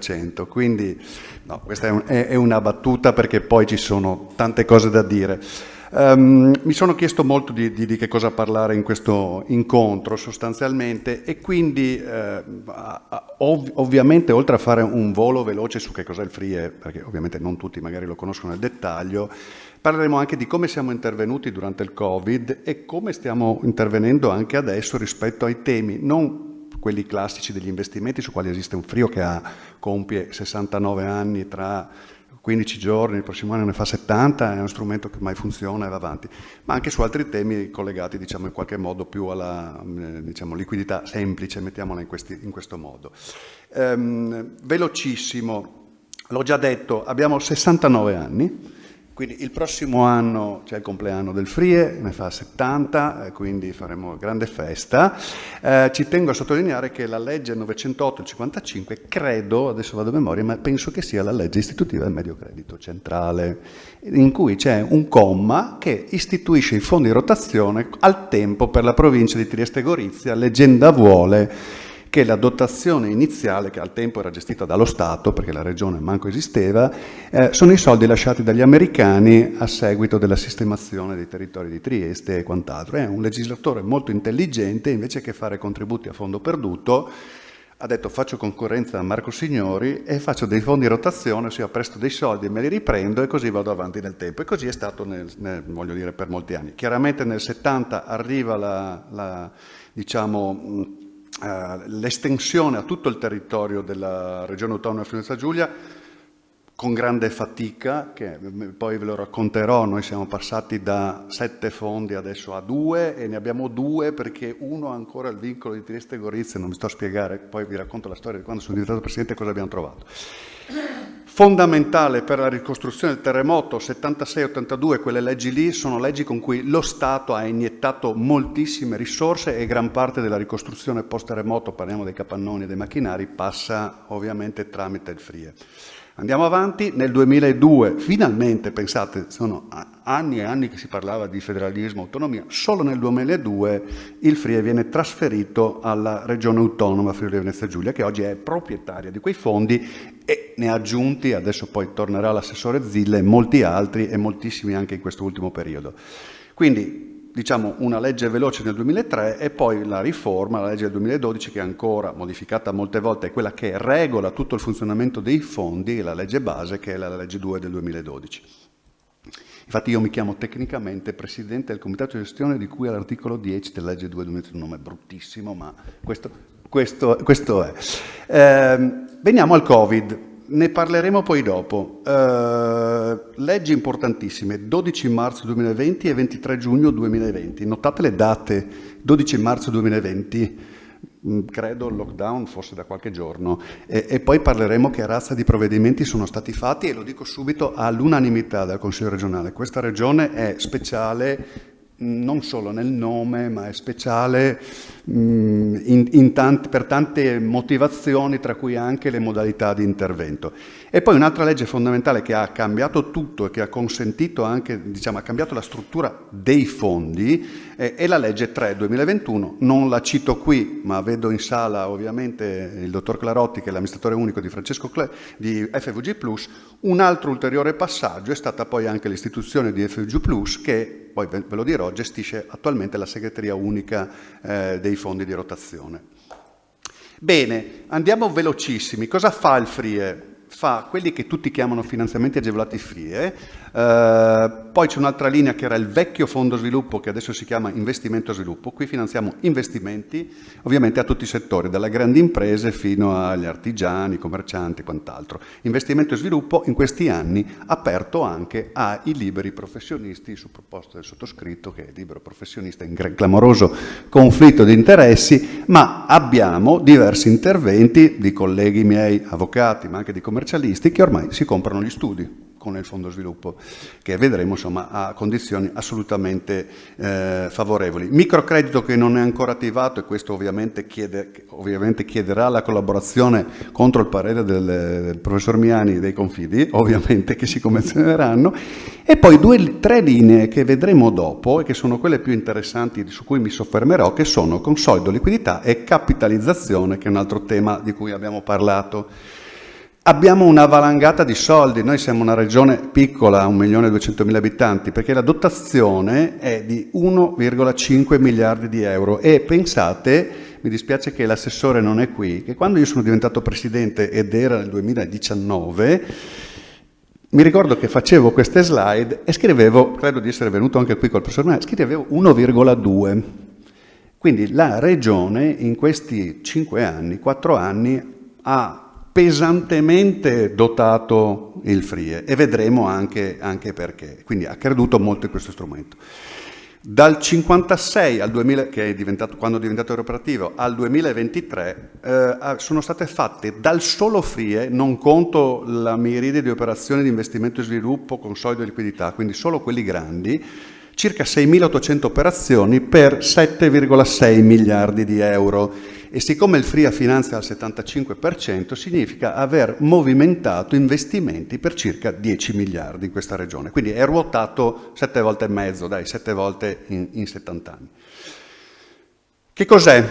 Prima qui si è parlato di garanzia al medio percentuale. No, questi sono invece proprio fondi di rotazione e tecnicamente da un punto di vista giuridico sono gestioni fuori bilancio della regione, quindi sono soldi della regione in questo momento, che non possono più, vincolati per legge, essere toccati dalla regione stessa per altre esigenze, o meglio, hanno tentato ma abbiamo fatto spalle grosse, anzi ce ne siamo fatti dare di più, e non operiamo direttamente, operiamo tramite banche convenzionate. E cosa fa il fondo? Ha questo 1,5 miliardi, presto soldi, tu me li restituisci, presto soldi, quello che ha spiegato anche prima delle garanzie, e quindi questo garantisce il fatto che possiamo continuare a operare ininterrottamente come abbiamo fatto in questi 69 anni. È ovviamente, pur essendo fondi pubblici, è un procedimento a sportello, quindi non ci sono gare, bandi, domande e quant'altro, quindi si presentano e finché ci sono soldi, e ovviamente quando viene deliberato l'intervento viene concesso. Ci sono esclusivamente dei criteri di priorità quando non dovrebbero esserci soldi, ma per adesso, quantomeno per il FRIE, per la liquidità si è accaduto, non ci sono mai stati di questi problemi. Chiaramente non mi soffermo qui, hanno caratteristiche assolutamente agevolate sia per tassi e durate, come mi diceva anche prima Marco, se ne parlava, io sono un principale competitor anche degli strumenti di finanza complementare, perché di FRIE parliamo di tassi sotto l'Euribor e tutto il mondo investimento, sviluppo, liquidità e capitalizzazione oggi viaggia ad un fisso dell'1,30, quindi è un tasso diciamo fantascientifico. Durata ovviamente andiamo anche a durate lunghissime, addirittura per il turismo si può arrivare fino a 25 anni. Come operiamo? L'ho già detto, attraverso banche convenzionate in regione. Sono convenzionate sostanzialmente tutte le banche, dalle grandi banche Intesa, Unicredit, fino a tutto il sistema dei BCC, e diciamo con l'ultimo rinnovo delle convenzioni c'è stata anche un'apertura diciamo alle zone limitrofe, parliamo soprattutto noi che siamo qui a Pordenone, e ad esempio sono convenzionate anche Banca della Marca e Prealpi San Biagio. Chiaramente i soggetti coinvolti sono 3, noi del fondo, la banca e il cliente. Il cliente beneficiario ha il rapporto con la banca non diretto con noi. E come funziona? Sostanzialmente, molto velocemente, alla banca compete l'istruttoria di merito creditizio, ok? Delibera, fa una proposta al comitato di gestione del FRIE, il quale a sua volta delibera, operando un controllo di legalità rispetto a tutto il sistema normativo del FRIE stesso, poi tutto quello che nel tempo si è aggiunto, che vuol dire controllo del rispetto degli aiuti di Stato, okay? Controllo della normativa antimafia e via dicendo. E rispetto all'istruttoria di merito creditizio della banca, noi facciamo quello che si chiama tecnicamente un controllo di secondo livello, ossia controlliamo che da un punto di vista che la banca abbia operato come diligente operatore del mercato finanziario. Quindi quando riscontriamo comunque qualcosa che non ci torna, chiediamo le spiegazioni, ma non compete a noi il merito creditizio. Ovviamente, come ho detto prima, noi finanziamo prevalentemente investimenti a rendicontazione, quindi tu compri questo macchinario, questo capannone, me lo rendi conti e io ti finanzio. E di qui il ruolo di strumento di politica economica molto forte e lo strumento di crescita di questa regione molto forte, perché come abbiamo detto ha mosso quasi 10 miliardi di investimenti in questi 70 anni, più tutto ovviamente l'indotto che ci gira attorno rispetto a questo. Però Ovviamente esistono delle misure che invece sono scollegate dal tema degli investimenti, che sono, le vedremo dopo, liquidità, consolido e capitalizzazione. L'altra cosa importante per il quale noi siamo più droganti e più spacciatori del fondo di garanzia è che i soldi li mettiamo noi, questo 1,5 miliardi, cioè una volta in cui noi abbiamo deliberato, la banca sostanzialmente quando va poi a stipulare mutuo e deve dare i soldi al cliente ci avvisa che tutto sia a posto e noi diamo i soldi alla banca eroga i soldi al cliente. Ok, quindi la banca da un punto di vista tecnico fa un mutuo con fondi di terzi. E siccome, e vedete la riga successiva, in caso di solvenza l'ho già anticipato, il rischio per la banca è solo del 20% e il nostro è l'80%, chiaramente noi aumentiamo la capacità di leva che può fare la banca rispetto alla concessione di credito, e da questo punto di vista quindi la facilitazione all'accesso al credito non è solo per le condizioni agevolate di tassi e durata, ma anche perché consentiamo alla banca di prestare di più. È una specie di piccolo whatever it takes di Draghi, per capirci, nel senso che la liquidità la mettiamo noi. Ci tenevo a dire, Assessore, visto che è arrivato, e ho fatto una battuta dicendo che noi siamo ovviamente più droganti dei fondi di garanzia, ok? E che quando io sono arrivato e portavo queste slide, nel 2019, quando sono diventato Presidente, dicevo che avevamo una dotazione di 1,2 miliardi di euro partendo dall'inizio, e adesso ne abbiamo 1,5, questo perché evidentemente la Regione in questi 5 anni ovviamente ha fatto il suo. Chiaramente l'abbiamo detto, non operiamo come garanzie ma come finanziamenti. Bene, questo era per farvi capire super velocemente che cos'è il FRIE. Vediamo il Covid e quindi come noi siamo intervenuti accanto ovviamente al sistema delle garanzie del Medio Credito Centrale. Come vi ho detto, queste due leggi del marzo 2020 e del 23 giugno 2020, ci tengo a segnalare che la prima è antecedente al Cura Italia. Ok, quindi noi siamo stati precursori rispetto a alcune misure del Cura Italia e che sono state tutte approvate dal Consiglio regionale all'unanimità, come ho detto prima, segnale insomma molto importante. La prima cosa è stata lo slittamento di tutte le rate semestrali. Noi abbiamo rate semestrali dei mutui FRIE per tre semestralità, cosa che è costata in termini di liquidità al fondo, non l'ho scritto qua, ma oltre 50 milioni di euro, che noi non ci ritroviamo perché non abbiamo ovviamente incassato le relative rate, e poi siamo intervenuti con gli anticrisi Covid-19. Qui apro una parentesi, direi ormai storica, visto che i fondi sono stati riformati dalla legge sviluppo impresa. Allora, quando io nel 2000, prima della legge sviluppo impresa, qual era la situazione strutturale, diciamo, del FRIE? C'erano 7 fondi di retrazione, quindi 7 gestioni separate con 7 contabilità, ognuna collegata alla singola misura. Quindi c'era il FRIE, c'era il Fondo Sviluppo, c'era l'anticrisi artigianato, c'era l'anticrisi industria, c'era il fondo di garanzia del distretto del mobile della sede che non esiste più, c'era un fondo di garanzia per le start-up innovative, tutte separate. Oltre a questo avevamo 3 segreterie, di cui 2 gestite diciamo in appalto da Mediocredito FVG, una per il vecchio Fondo Sviluppo e una per il FRIE, e una interna a Mediocredito che gestiva gli anticrisi artigiani e commercianti, quelli che si chiamavano FRIA e FRIE con un nome assurdo. Queste erano delle misure che erano state inventate, istituite, diciamo, e potenziate a seguito della crisi del 2008 e gestite esclusivamente da Banca Mediocredito Friuli Venezia Giulia, quindi non da tutto il sistema bancario, e che sostanzialmente erogavano finanziamenti di liquidità o consolido, quindi non collegati a investimenti, al mondo artigiano e commerciante di cifre, diciamo, medio-piccole, diciamo, andavamo dai 200, adesso non mi ricordo se era 200, 250, forse Giorgio Candusso che qua mi ricorda quanti erano l'importo massimo dei vecchi anticrisi. Quando abbiamo dovuto intervenire in questa situazione durante il Covid, cosa si è pensato? Da un lato di utilizzare questa forma che già esisteva, era già rodata, dall'altro di utilizzare ovviamente Banca Mediocredito Friuli Venezia Giulia, che aveva ormai una segreteria, capacità di utilizzo di questo strumento, e quindi abbiamo creato 2 anticrisi Covid, diciamo, in cui estendendoli però a tutte le categorie, quindi anche all'industria e anche ai liberi professionisti. E vi do subito, tra l'altro da un punto di vista del regime degli aiuti di Stato si è evidentemente sfruttato il temporary framework. Ripeto, questo si è aggiunto a tutte le misure del Cura Italia. Diciamo che in quei 2 anni sono stati concessi circa 380 finanziamenti per circa 61 milioni di euro, dato che a noi sembrava incredibile al tempo, anche per la mole di lavoro fatta da Mediocredito, ma vedremo che ci siamo superati e adesso ve lo dico.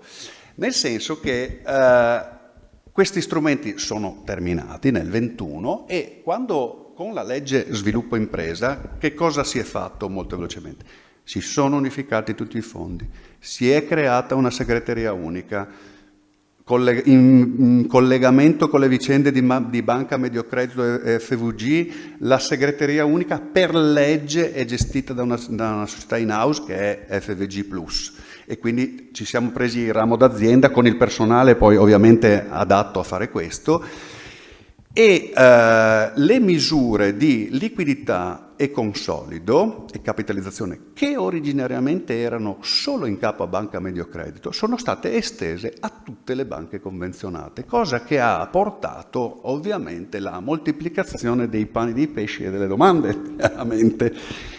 Inoltre, terminato il temporary framework del Covid, la Regione Friuli-Venezia Giulia, che è sempre avantissima, si è fatta approvare dalla Commissione un regime temporaneo extra, cosiddetto extra, collegato alle vicende dell'Ucraina sostanzialmente, che ha consentito anche qui di bypassare il tema degli aiuti di Stato de minimis ed altro, diciamo andando sostanzialmente ad aiuto zero senza riempirsi il plafond. Vado in chiusura e quindi tutte le banche convenzionate oggi possono fare il finanziamento con solido e liquidità. Allora, velocissime le caratteristiche per farvi capire: il liquidità, il consolidamento è tutti e due fino a 500.000 euro, il consolido 10 anni di durata e liquidità 60 e siamo coi tassi sostanzialmente 1,20, 1,30. Poi abbiamo, e qui veniamo e dopo vi do i dati, i finanziamenti capitalizzazione, che anche questi sostanzialmente mirano o a capitalizzare la società in una trasformazione da società di persone a società di capitali, oppure a aiutare la capitalizzazione delle società di capitali, e devo dirvelo sempre a condizioni assolutamente agevolate, si può arrivare quasi a 2 milioni di finanziamento, sempre all'1,30 e quant'altro. Misura che non aveva funzionato moltissimo, anzi anticipo il tema, e che invece in questo ultimo anno è partita in modo decisamente pesante per diversi milioni di euro di operazioni. Un po' va detto, ok, diciamocelo, perché essendosi esauriti i fondi della misura liquidità, le aziende che hanno capacità di fare aumenti di capitale subito perché hanno riserve disponibili hanno sfruttato questo strumento per trasformare quelle riserve in finanziamenti agevolati a medio termine con tassi buoni. Ma io su questo sono molto laico e anzi ne parlavamo anche con il dottor Clarotti, nonostante sento diverse resistenze, perché comunque le riserve disponibili ed escluse tutte quelle di rivalutazione, tutte quelle strane, sono soldi dei soci e se le decidono per sempre di trasformarle in capitale, bene fa, ok? E quindi se diamo una mano a fare questo va benissimo. Vi do i numeri della misura liquidità. Prima vi ho detto che quando abbiamo fatto 60 milioni per il Covid e 400 domande pensavamo di essere eravamo in guerra, mai visto così tante domande. Pensate che ognuna deve essere istruita da un punto di vista bancario e poi dal punto di vista del comitato. Allora, le nuove misure sono partite con il nuovo sistema di sviluppo impresa nel maggio del 2023, e qui vi do il dato di settembre, quindi circa quasi un anno e mezzo. Abbiamo fatto 211 domande liquidità per circa 76 milioni di euro e ci tengo a sottolineare che il grosso è stato sostanzialmente deliberato tra il settembre e il gennaio settembre 23, gennaio 2024, quando la Regione come ho detto prima, ci ha dotato di consistentissimi fondi e le banche da un lato, facilitate dal fatto che erano più banche che lavoravano e non solo Mediocredito, e soprattutto, io lo dico sempre qui, va ringraziata la segreteria unica e quindi FVG Plus, ma anche la riforma che abbiamo fatto di fare la segreteria unica, che ha consentito di spostare le risorse a seconda delle esigenze. Ci sono meno free, oggi faccio più liquidità. Sono stati messi a terra, vi do un dato così, in circa 3 mesi quasi 50 milioni di euro, e da questo punto di vista dico che, ripeto, rimaniamo una regione di eccellenza.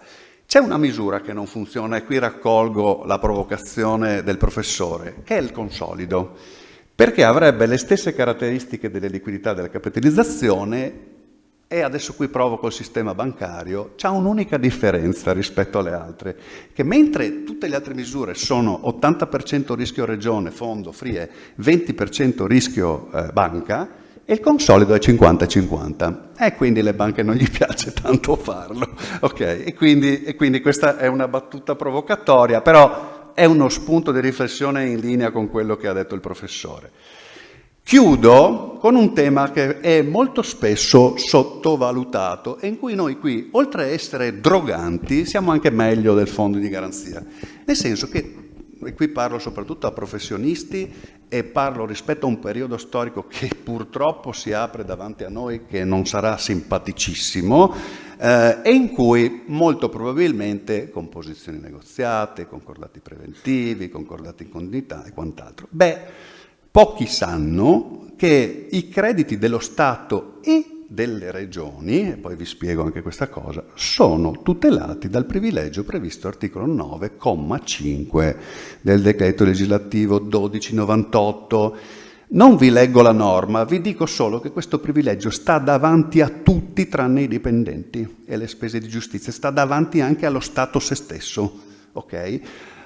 L'esperienza che io ho avuto da presidente del FRIE, o meglio ho fatto l'avvocato più che il presidente del FRIE, scontrandomi con tutti questi grandi studi milanesi, ad esempio è pubblico, Concordato Cimolai.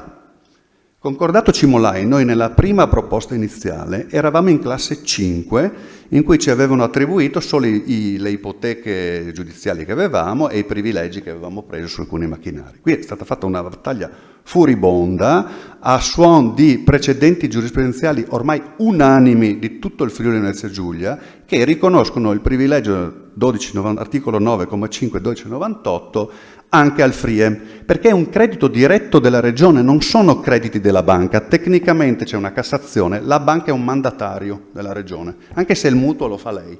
Okay? Nel Concordato Cimolai noi siamo finiti da classe 5 a classe 0.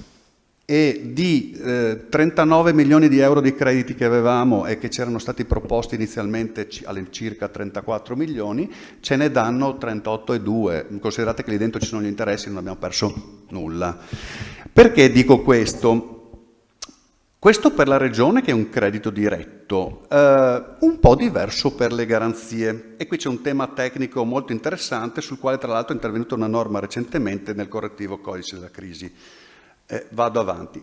Per le garanzie, e mi riferisco a Mediocredito Centrale, SACE, tutti questi voglio dire, garanzie di cui sono piene le nostre imprese, pochi sanno, diciamo, a me è capitata anche un'esperienza professionale in un concordato, ovviamente il credito della banca, chirografo, e quindi io lo metto in chirografo, ma nel momento in cui viene escussa la garanzia e il credito diventa del Mediocredito Centrale o della SACE, si porta a casa quel privilegio che abbiamo visto prima.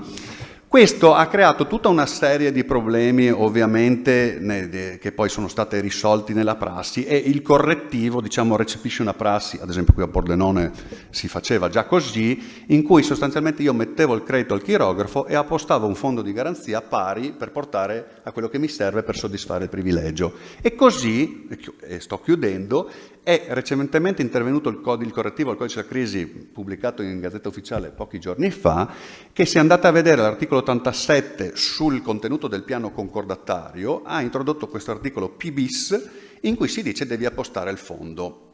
Secondo me i problemi però non sono finiti qui, perché chiaramente se la garanzia è escussa prima il credito è già privilegiato, se non è escussa prima e quindi apposto il fondo, attenzione che la banca in chirografo vota.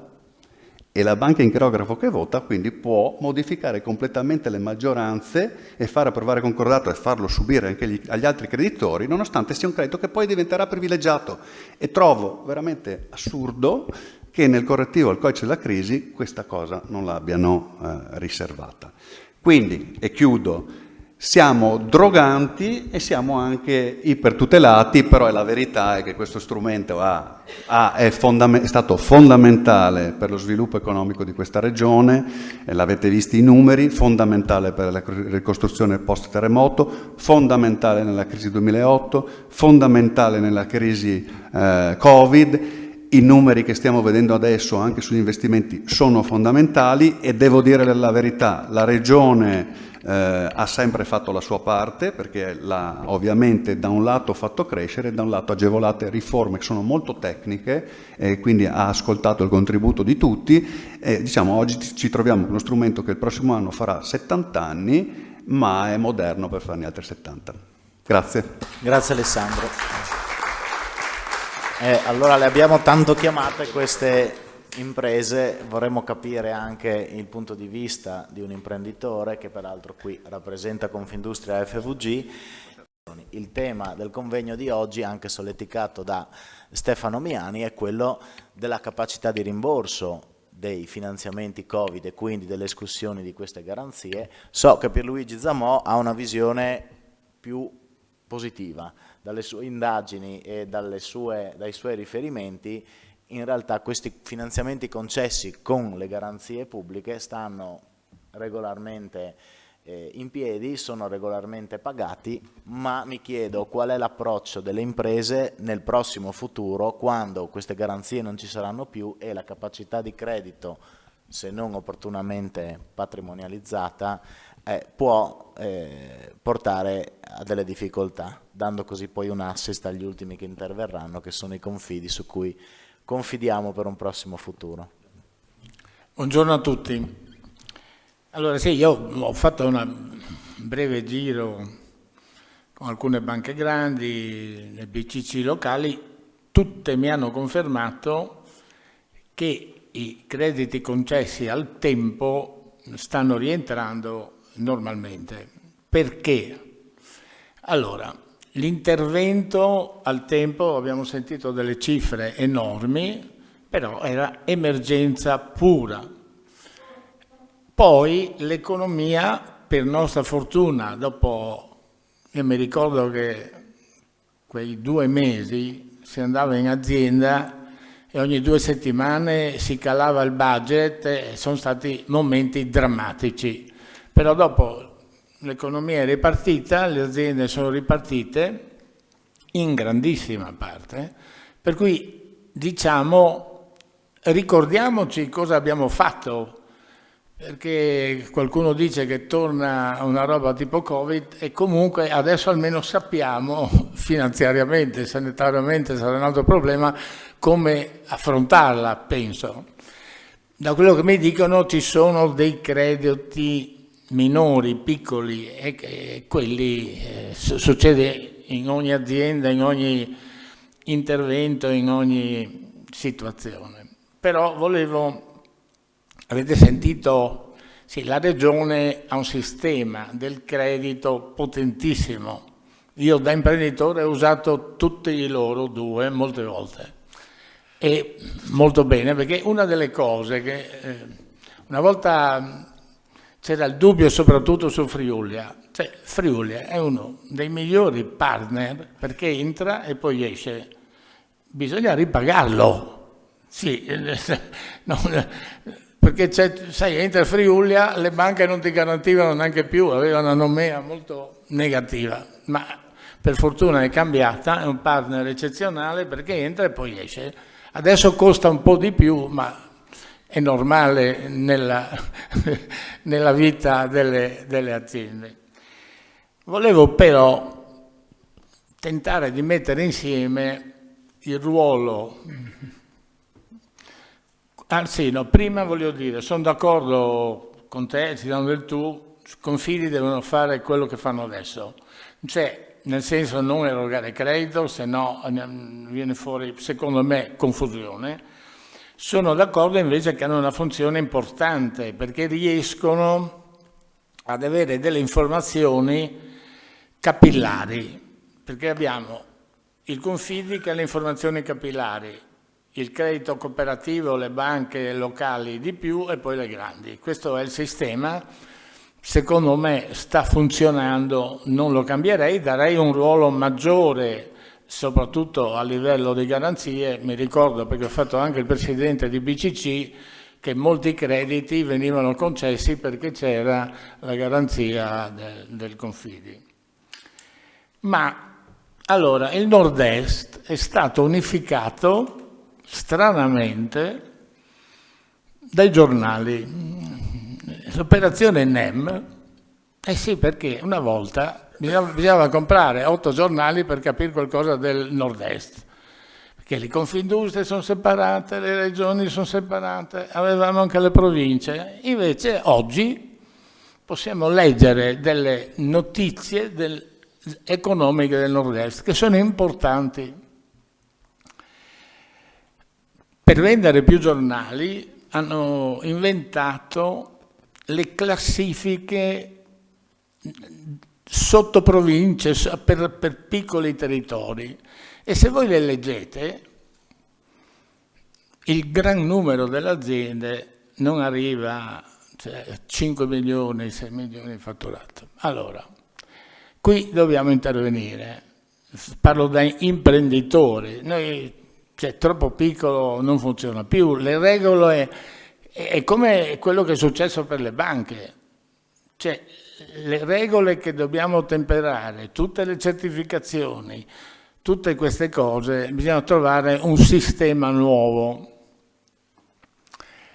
Allora, tentando di mettere insieme quello che dicono loro e il vostro ruolo, che rimanete i consiglieri di molti imprenditori, bisogna convincerli che è meglio mettersi assieme. Fare rete? No, sì, ma l'unica rete che funziona è lo scambio azionario, anche di minoranza. Bisogna arrivare a convincere gli imprenditori che è meglio essere su una torta più grande e averne una parte, che continuare di Bessoi non funziona più, perché il mondo si è allargato. So che è difficile, però ci può essere un capofila o molte aziende che si mettono assieme, scambiandosi le azioni 20%. È difficile? Sì, però qui dobbiamo individuare le filiere, perché la grande forza che abbiamo noi è le filiere. Attraverso questo riusciremmo, secondo me, a organizzarle.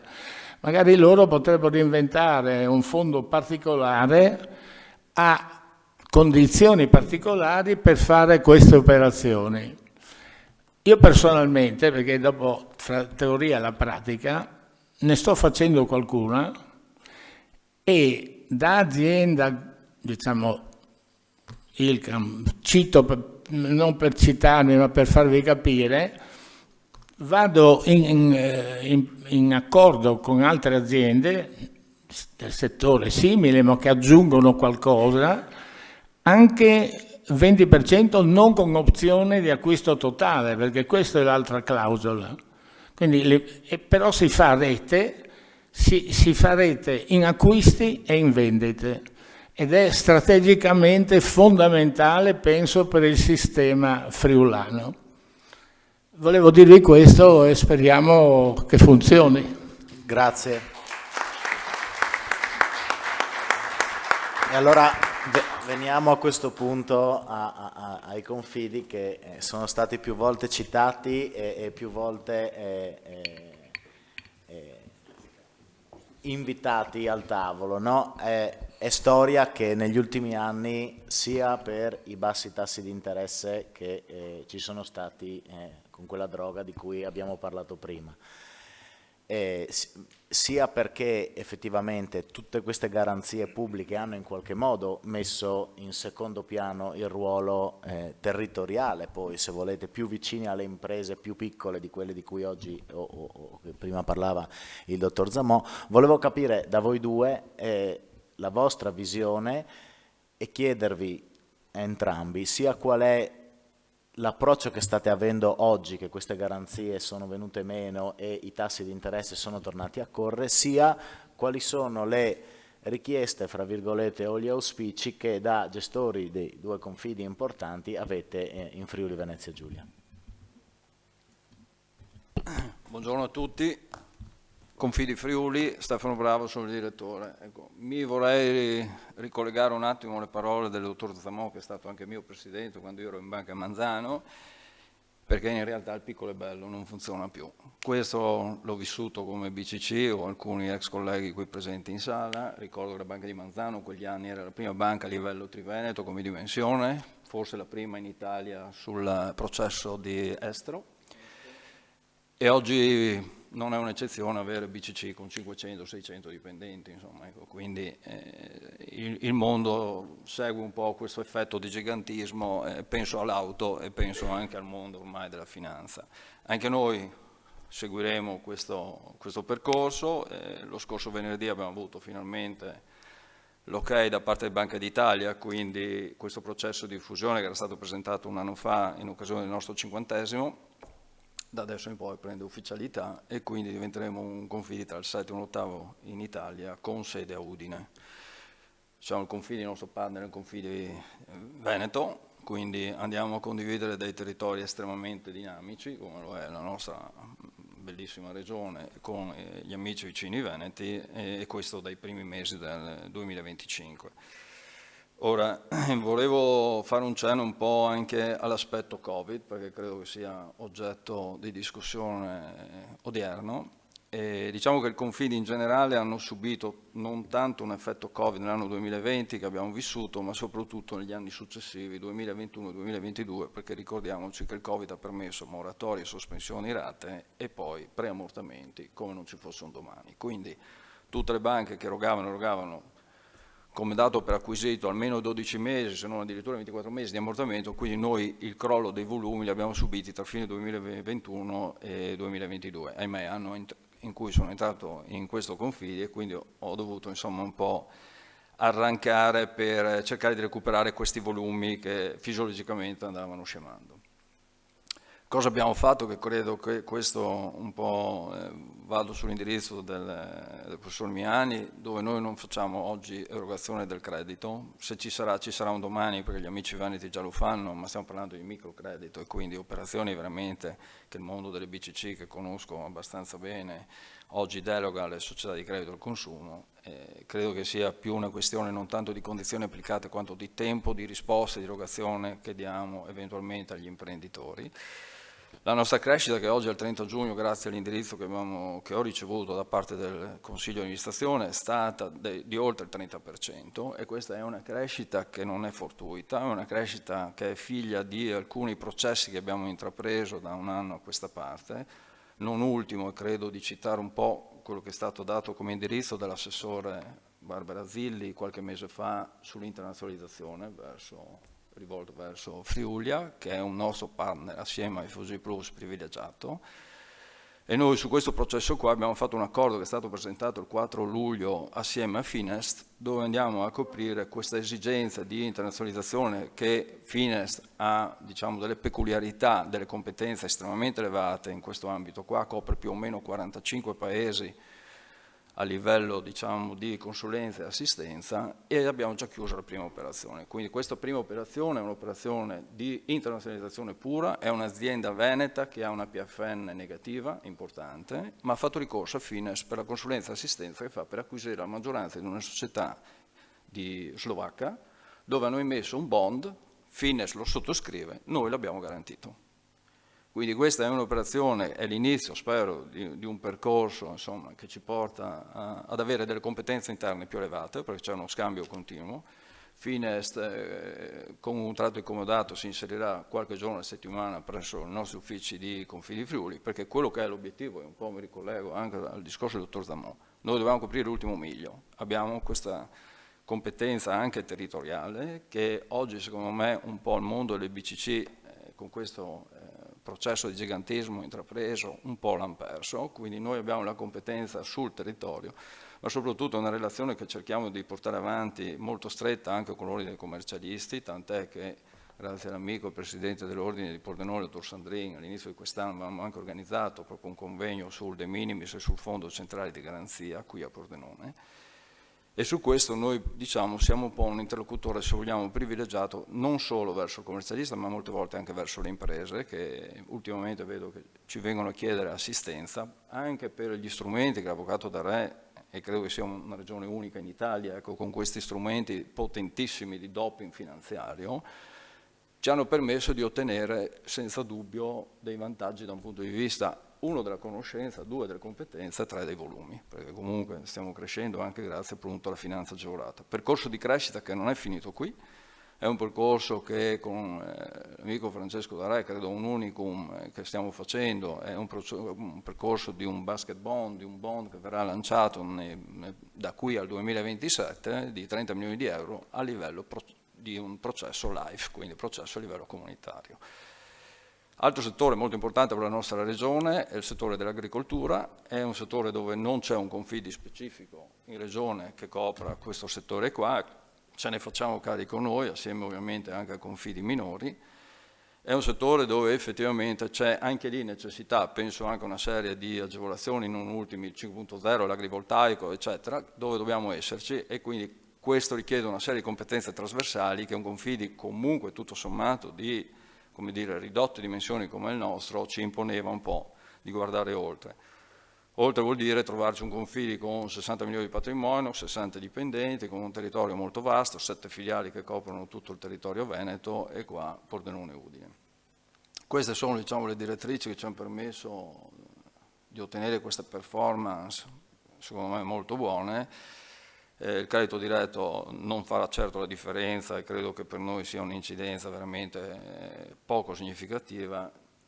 A livello generale mi volevo anche ricollegare un attimo a quegli aspetti che il sottosegretario in apertura aveva citato, no? L'aspetto delle garanzie. Ora vorrei spezzare una lancia a favore del sistema bancario che ritengo di conoscere abbastanza bene. Non è che la banca per sua iniziativa insomma, non eroga o eroga se c'è la garanzia, non lo può fare.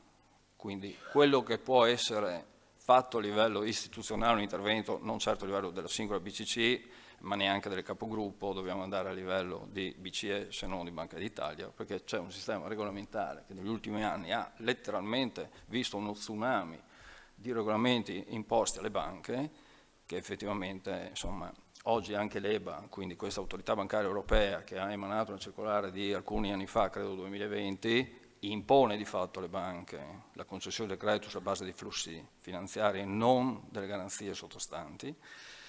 Questo facilita magari le micro e piccole imprese con noi per l'interlocuzione diretta che c'è, eccetera, ma da un punto di vista regolamentare le banche devono attenersi a questo. Ora, molte volte mi vengono chieste anche da banche grandi business plan a 5 anni su aziende che sono un poco più, con tutto rispetto, di uno salone di parrucchiera. Allora io faccio fatica anche a sposare un po' questa obbligatorietà, però insomma questi sono i regolamenti. Tra i vari servizi ho citato il business plan, mi guardo bene come Confidi da adottare quel tipo di servizio lì, perché i vari provider che conosciamo a livello nazionale, CRIF, CERVET, propongono questi servizi. Secondo me questo è un servizio assolutamente da studi di commercialisti che tendenzialmente dovrebbero certificarmi, garantirmi loro la bontà dei dati, perché un business plan, insomma, ho vissuto diversi anni nel mondo industria come CFO, non si costruisce così, ecco, con 2 dati input a livello di CRIF piuttosto che insomma, di CERVET. Sul discorso in generale capitalizzazione delle imprese, professor Miani, faccio molta fatica a condividere il suo pensiero per quanto sia valido, ma al Confidi accompagnare le imprese in questa cosa qua, da un punto di vista pratico operativo, secondo me è un aspetto estremamente delicato perché chiede delle competenze e soprattutto delle conoscenze dell'impresa che molte volte, anche se noi siamo in contatto, non le conosciamo. Questo è una cosa che insomma, ecco, ci terrei a sottolineare. Il discorso di garanzia in generale è un altro aspetto e mi riferisco sempre all'aspetto regolamentare. Dovete pensare che ad esempio ci sono primarie compagnie che hanno un rating superiore allo Stato italiano, penso a Allianz, che c'è la garanzia della copertura del rischio del credito, che molte volte il sistema banca trova nell'autoliquidato, cioè nel portafoglio che presento io alle banche, la copertura del rischio del credito 80% IVA compresa, okay? Quindi vuol dire che se io anticipo l'80% dell'imponibile della fattura mi trovo in caso di insolvenza dell'azienda un rimborso da parte di Allianz che è superiore a quello del mio anticipo, ma non ha alcuna ponderazione nell'assorbimento del rischio capitale da parte delle banche. Quindi nessun effetto ho in tal senso e secondo me questo, oggi parliamo molto, credo anche a livello di ordine, di rischi catastrofali imposti alla finanziaria dello scorso anno, però ecco, nulla si parla magari del rischio del credito che tante volte a mio avviso è non solo il servizio di rimborso in caso di insolvenza della controparte, ma anche un servizio in termini proprio perché chi dà questa concessione qua lo concede conoscendo le varie controparti, quindi il portafoglio diciamo, delle aziende cedute. Okay? Altro aspetto, professore, che mi ricollego, lei ha citato prima e sono stati anche fatti riferimenti al portafoglio dei crediti. Ecco, vi porto un'esperienza del Confidi Friuli, noi l'anno scorso abbiamo subito la prima vigilanza da parte di Banca d'Italia, quindi la prima ispezione, qui c'è anche il Presidente del Consiglio di amministrazione, dottor Vida, e uno dei rilievi gestionali non di conformità, quindi non sanzionatori, c'è stato fatto rilievo su un portafoglio crediti, perché la vigilanza ha ritenuto che il portafoglio dei crediti non fosse uno strumento che loro definiscono mutualistico. Abbiamo dovuto chiamare in campo il nostro internal audit con una relazione di ben 11 pagine per smontare questa cosa qua, ma il rilievo è rimasto. Quindi loro non vedono il portafoglio. Noi cosa avevamo fatto sostanzialmente? Con un primario istituto abbiamo preso una serie di mutui chirografari in essere in questa banca. Tutte le aziende dovevano avere un APD, cioè una probabilità di default inferiore a un certo numero, doveva avere un cap, cioè una perdita massima attribuibile alla singola azienda, quindi è una duration, cioè una durata media dei finanziamenti in essere pari a. Quindi avevamo messo in piedi tutto questo sistema, ho detto bene, noi ti garantiamo questo portafoglio di aziende. Banca d'Italia è arrivata, ha detto questo non è uno strumento da DNA, da Confidi e quindi vi faccio una bella rilievo gestionale, assieme a questo anche rilievo sul rischio tasso. Questo ve lo dico per darvi un ordine di idee di come funziona il nostro sistema regolamentare. Il nostro rischio tasso, in cui avevamo un periodo abbastanza lungo di tassi negativi, nel momento stesso che ho avuto l'inversione di tasso, dico, signori, abbiamo delle liquidità fermi qua, investo, chiedo agli amici banca la remunerazione sulla liquidità, quindi io questa liquidità l'ho investita in bot 12 mesi, la mia duration è aumentata, e come ho detto, è aumentata la duration e non è l'indirizzo che avevate dato come piano strategico, sì, ma è cambiato il mercato e qui. Questa è un po' la foto dei soggetti che ci danno tutte le regole, quindi effettivamente oggi tante volte parlare di questi aspetti qua facciamo incontri senza l'oste. Prego. Sono d'accordissimo, ma infatti la mia osservazione è che l'errore è stato quello di assimilare i confidi alle banche. Bisognava dire che sono una cosa diversa dalle banche e diversa dall'assicurazione. È chiaro che se poi li facciamo vigilare la Banca d'Italia, che vigila le banche, usa lo stesso sistema. Adesso però di fatto Banca d'Italia indirettamente vigila anche le assicurazioni, comincia un po' a conoscerle, magari si potrebbe tornare a ragionare su questo. No? Cedo la parola al collega amico. Io ho anche un paio di slide perché ero un po' in apprensione avendo Miani, e lo ricordo ai tempi dell'università, quindi ho preparato 2 slide, sarò veloce però. Sono già caricate lì?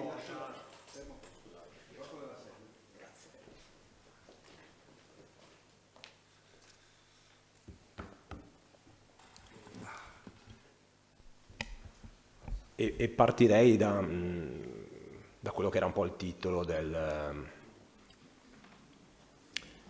tavola.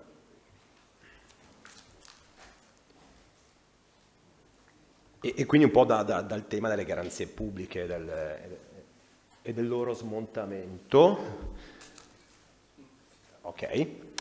No, volevo partire da qui anche un po' riprendendo in realtà quello che era, uno, il tema della tavola, 2, ciò che è il sottosegretario Bitonci prima aveva chiaramente illustrato, è un po' quello che è stato nel periodo della pandemia l'apporto delle garanzie pubbliche, dello Stato, del Fondo centrale. Allora, tutto ciò che è successo in quegli anni lì, e quindi parliamo dalla primavera del 2020 a più o meno metà del 2022, è stato un intervento fortissimo dello Stato, che appunto è stato pari a circa 250 miliardi di finanziamenti garantiti dallo Stato, dei quali una parte addirittura al 100%. 250 miliardi di finanziamenti garantiti con 200 miliardi di impegno in termini di garanzia per lo Stato, quindi un importo assolutamente rilevante. Potremmo stare qui a discutere a lungo di quanto è stato importante, secondo me lo è stato. Ricordatevi, erano mesi in cui stavamo a casa, le attività erano chiuse, non si produceva, non si consumava, non si lavorava. E quindi in realtà è stato un supporto sicuramente al settore delle banche, al settore delle imprese, al settore dell'economia nel complesso. Ma al di là di questo, oggi, se guardiamo oggi quella massa che era stata dallo Stato garantita, di questi 200 miliardi di garanzie, oggi ce ne sono in piedi 91 miliardi, quindi in realtà se ne sono smontati parecchi. Duration media era di circa 6 anni, quindi insomma possiamo dire che stiamo più o meno a metà, insomma, quindi abbastanza corretto. Si sono smontati questi 200 miliardi arrivando a 91, ma si sono smontati perché in realtà sono stati pagati. Ecco qua, prima anche Bitonci diceva, no? Attenzione, si è parlato molto di quale fosse la rischiosità per il Fondo centrale e di conseguenza per lo Stato di queste misure. Beh, guardate, di questi 200 miliardi in realtà 110 abbiamo visto sono rientrati. Di questi 110 miliardi che mancano, solamente 3,3 sono quelli che sono stati veramente delle insolvenze. Scusa Federico, quindi confermo assolutamente di rispetto a sì, al suo... lo faccio se vogliamo anche un po' da una posizione dove insomma un po' critica, nel senso che per i confidi questo è stato uno strumento sicuramente che ha disintermediato, l'ha fatto un po' prima, siamo stati un po' sostituiti in questo mondo delle garanzie nel periodo del Covid, sicuramente l'ha fatto, ma l'ha fatto ma eravamo in un contesto talmente speciale, talmente straordinario, dove anche noi in realtà abbiamo adottato delle misure straordinarie. Noi abbiamo aderito alle moratorie, alle sospensioni. Questo per noi è significato metterci dei soldi, uno perché tutte queste misure per noi sono state a titolo gratuito, quindi non abbiamo incassato commissioni in quel periodo, e questo insomma ci è costato come Confidimprese qualche milione di euro. Non abbiamo fatto produzione nuova, quindi anche quello ha contribuito, non abbiamo incassato. Quindi dico, è stata una misura straordinaria, in un momento straordinario, la massa era consistente, quello che voglio dire è rimasto da pagare in realtà al momento non è effettivamente tanto. Quindi questo lo dico per riprendere un po' il titolo della tavola. Cosa è successo però nel mentre? Allora, c'è da dire che però dal 2022 c'è stato anche un altro fenomeno. In effetti il credito alle imprese è calato in particolar modo per quelle un pochino più piccole, quelle con meno di 20 addetti. Prima lo commentava di nuovo anche Bitonci, la nostra è una struttura economica che è fatta di piccole, forse più di microimprese, numericamente parlando, no? Il 93-95%, insomma, a seconda dei dati che prendiamo, è fatto da imprese piccolissime. Beh, quella è un po' la nostra ossatura, forse anche motivo un po' di tanti successi, di tanta innovazione, e sicuramente anche il motivo per il quale il nostro è un sistema creditizio bancocentrico, ed è anche il motivo per il quale in Italia c'è tanta banca tradizionale, ma c'è anche tanta garanzia. Il sistema della garanzia dello Stato e il sistema della garanzia dei confidi in realtà non trova voglio dire, altre manifestazioni di questo tipo in giro per l'Europa o per il mondo. Quindi insomma un po' nasce un po' tutto da questo. Siamo nati come tante piccole realtà, molto innovative, molto intraprendenti, probabilmente nel dopoguerra uno dei motivi è stato anche questo, no? Questa grande flessibilità, questa grande capacità di innovare. Vero, sono d'accordo anch'io che oggi forse più che piccolo non è bello, da soli forse non è bello, nel senso che le dimensioni del singolo forse possono essere superate da sì, crescita assolutamente, ma anche da sistemi aggregativi di altro tipo. Vale anche per il mondo dei confidi, prima lo citava l'amico Stefano Bravo, l'abbiamo vissuto anche noi abbiamo aggregato 3 confidi regionali, collaboriamo con altri confidi a livello nazionale, magari non crediamo molto nel modello Stellantis, ma crediamo in un mondo di collaborazioni. Torno a dire, comunque, se guardiamo quello che è successo comunque negli ultimi anni, si è smontato molto quello stock di garanzie dello Stato, si è smontato bene, dicevamo, perché in realtà ciò che è rimasto insomma, per strada non è stato molto fortunatamente, e questo un po' ha sorpreso le banche. Comincio un po' a commentare perché questo calo del credito, perché in realtà un po' tutti si aspettavano una marea che salisse in termini di crediti deteriorati. Ce lo aspettavamo anche noi, se lo aspettava anche Banca d'Italia, se lo aspettavano un po' tutti i forecast delle società che fanno consulenza. Io mi ricordo che quando abbiamo redatto il piano industriale dopo il Covid, ne abbiamo fatti 2, in realtà cambiava talmente tanto il mondo che l'abbiamo aggiornato in maniera un po' più frequente.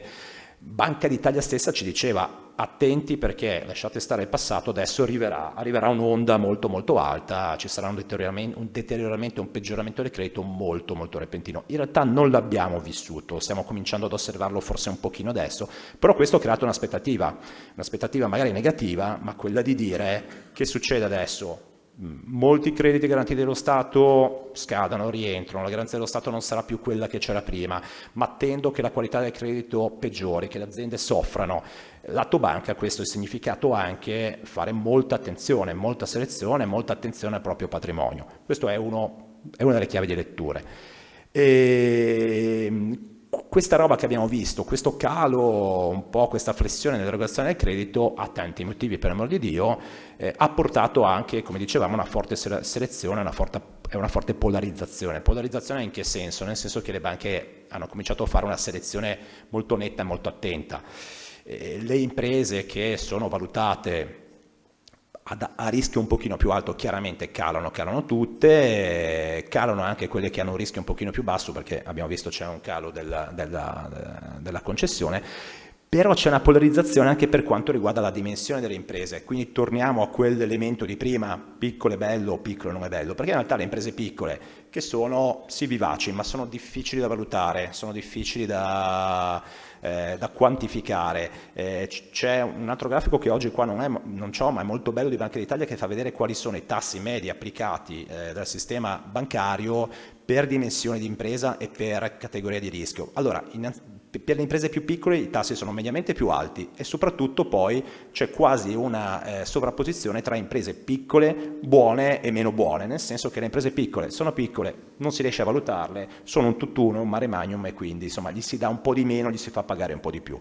Quindi questo anche ci fa un po', comincia a far perimetrare il problema, e poi il punto di caduta sarà quello dei confidi, chiaramente, che in questa flessione del credito un po' di attenzione da parte delle banche sicuramente, un po' di selezione di più, sistema molto bancocentrico, molto tradizionale, e molto a discapito delle imprese non solo più rischiose ma in generale più piccole.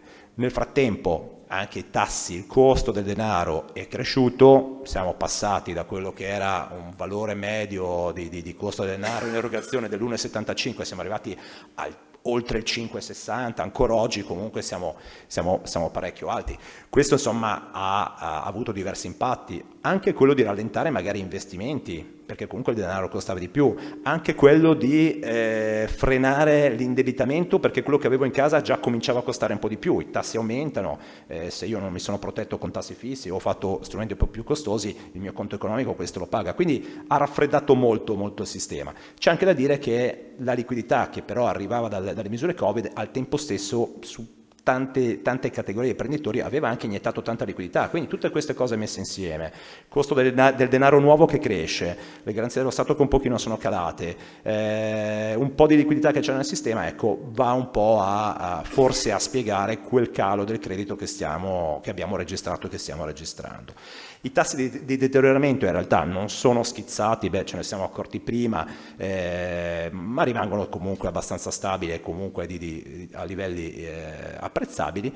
E poi nel mentre quest'anno, in realtà a fine dello scorso anno, quest'anno è arrivata anche la riforma del Fondo Centrale. Prima il sottosegretario l'ha citata, il Fondo Centrale ha cominciato appunto a ridurre il peso, la copertura dello Stato nelle garanzie che dava. Allora, innanzitutto ha reintrodotto, diciamo, quel sistema che se prima dava l'80% e anche oltre a tutti senza fare una sorta di valutazione, reintroduce un sistema di rating, quindi le imprese vengono valutate, gli viene assegnato il rating e in base al rating, in misura inversamente proporzionale, la garanzia dello Stato cala o cresce. Questo vuol dire che ci sono anche ampie fasce, diciamo, delle imprese che non hanno più l'80% del pubblico, hanno il 55, il 60, parliamo della liquidità, quindi questo ha sicuramente un pochino raffreddato l'interesse. Di contro si è cercato di dare un po' di vivacità in quelle operazioni di importo ridotto, di nuovo Bitonci prima lo citava, parlava anche di un innalzamento delle soglie per la concessione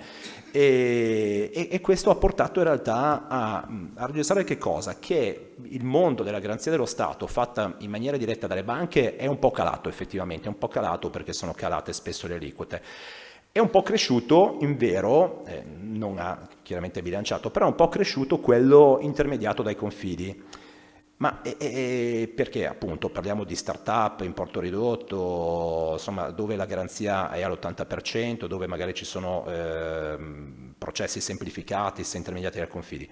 E questo secondo noi ha portato un po' l'attenzione del fondo in effetti proprio su quella categoria di imprese che, ripeto, numericamente è molto ampia, quelle un po' più piccole, di conseguenza un po' più fragili, e ha riportato forse un po' l'attenzione e l'impatto del fondo su quelle, perché in realtà il meccanismo del confidi che porta aggiuntività, perché dove la garanzia del fondo dello Stato diretta sarebbe del 55-60, il confidi riesce a, diciamo, portarla all'80%, quindi questo ha portato un po' di vivacità e questo quindi mi porta un po' a parlare dei confidi, nel senso che allora la prima risposta al titolo del convegno era: le garanzie dello Stato sul Covid sono smontate. Sì, si stanno smontando, io non ci vedo grandi problemi di deterioramento, anche Zamò prima lo diceva, no? da un'indagine, diciamo così, con le banche, ma io ne parlavo anch'io, guardate, anche ieri con una banca diciamo di valenza nazionale mi ha detto che grandi sorprese non ce ne sono state, anzi, e in vero adesso parte una campagna di rifinanziamenti, quindi forse abbiamo atteso un po' per tutti quei motivi che abbiamo visto, adesso forse però potrebbe ripartire anche così qualche interesse da parte del mercato.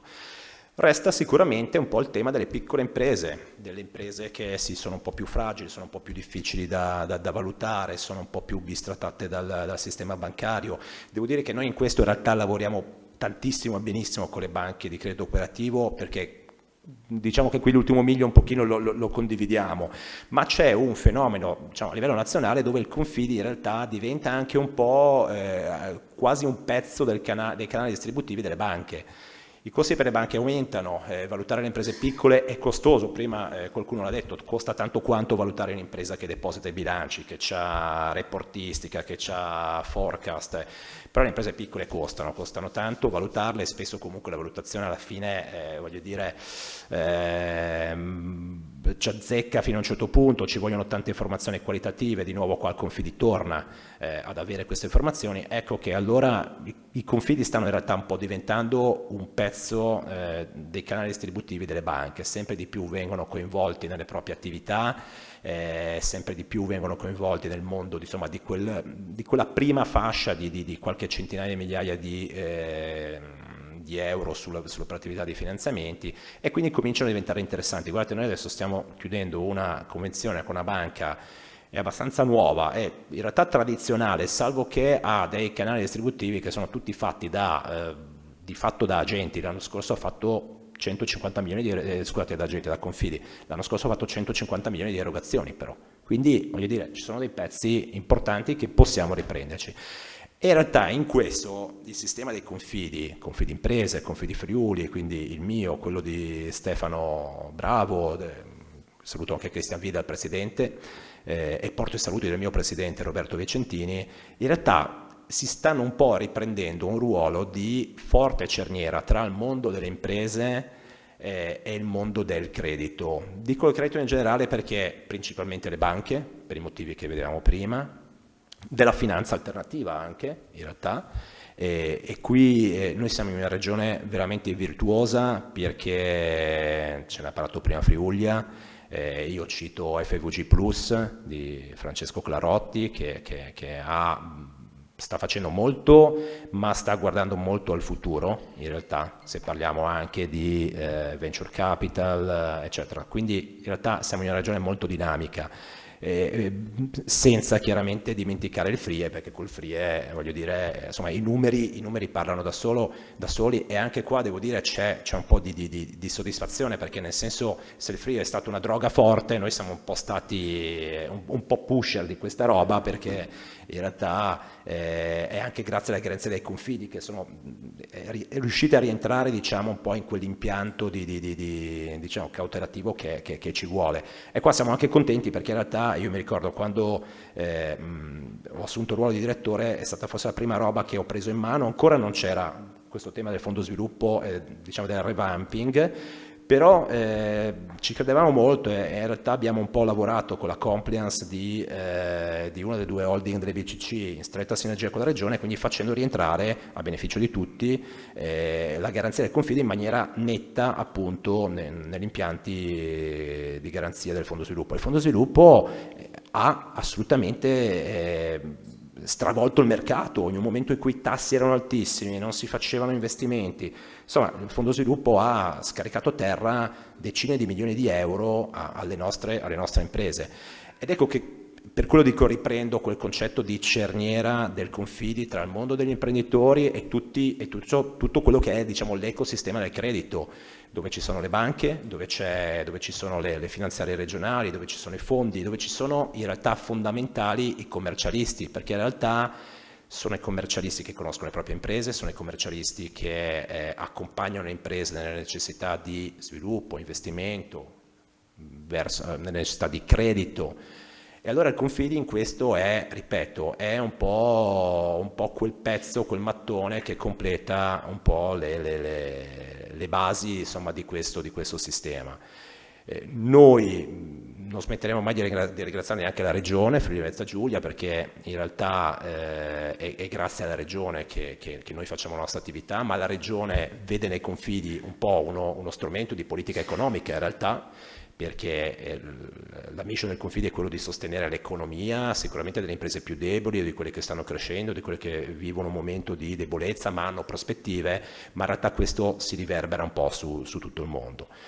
Il mondo dei confidi in Italia è un mondo peculiare italiano, ma che ha delle numeriche rilevanti. Ci sono 900.000 imprese italiane associate, quasi 7 miliardi e mezzo di garanzie in essere. C'è anche una componente di finanziamenti diretti, professore, circa mezzo miliardo, che è un po' di moda adesso. Noi, devo essere sincero, noi ce l'abbiamo, è più un esercizio di stile forse, perché poi insomma, le numeriche sono veramente modeste, però anche quello è un po' uno strumento complementare, nel senso che noi abbiamo fatto un po' di piccoli finanziamenti, dico piccoli non a caso, perché vanno un po' a coprire delle esigenze, non vanno in concorrenza con le banche o con altri soggetti, sono davvero complementari.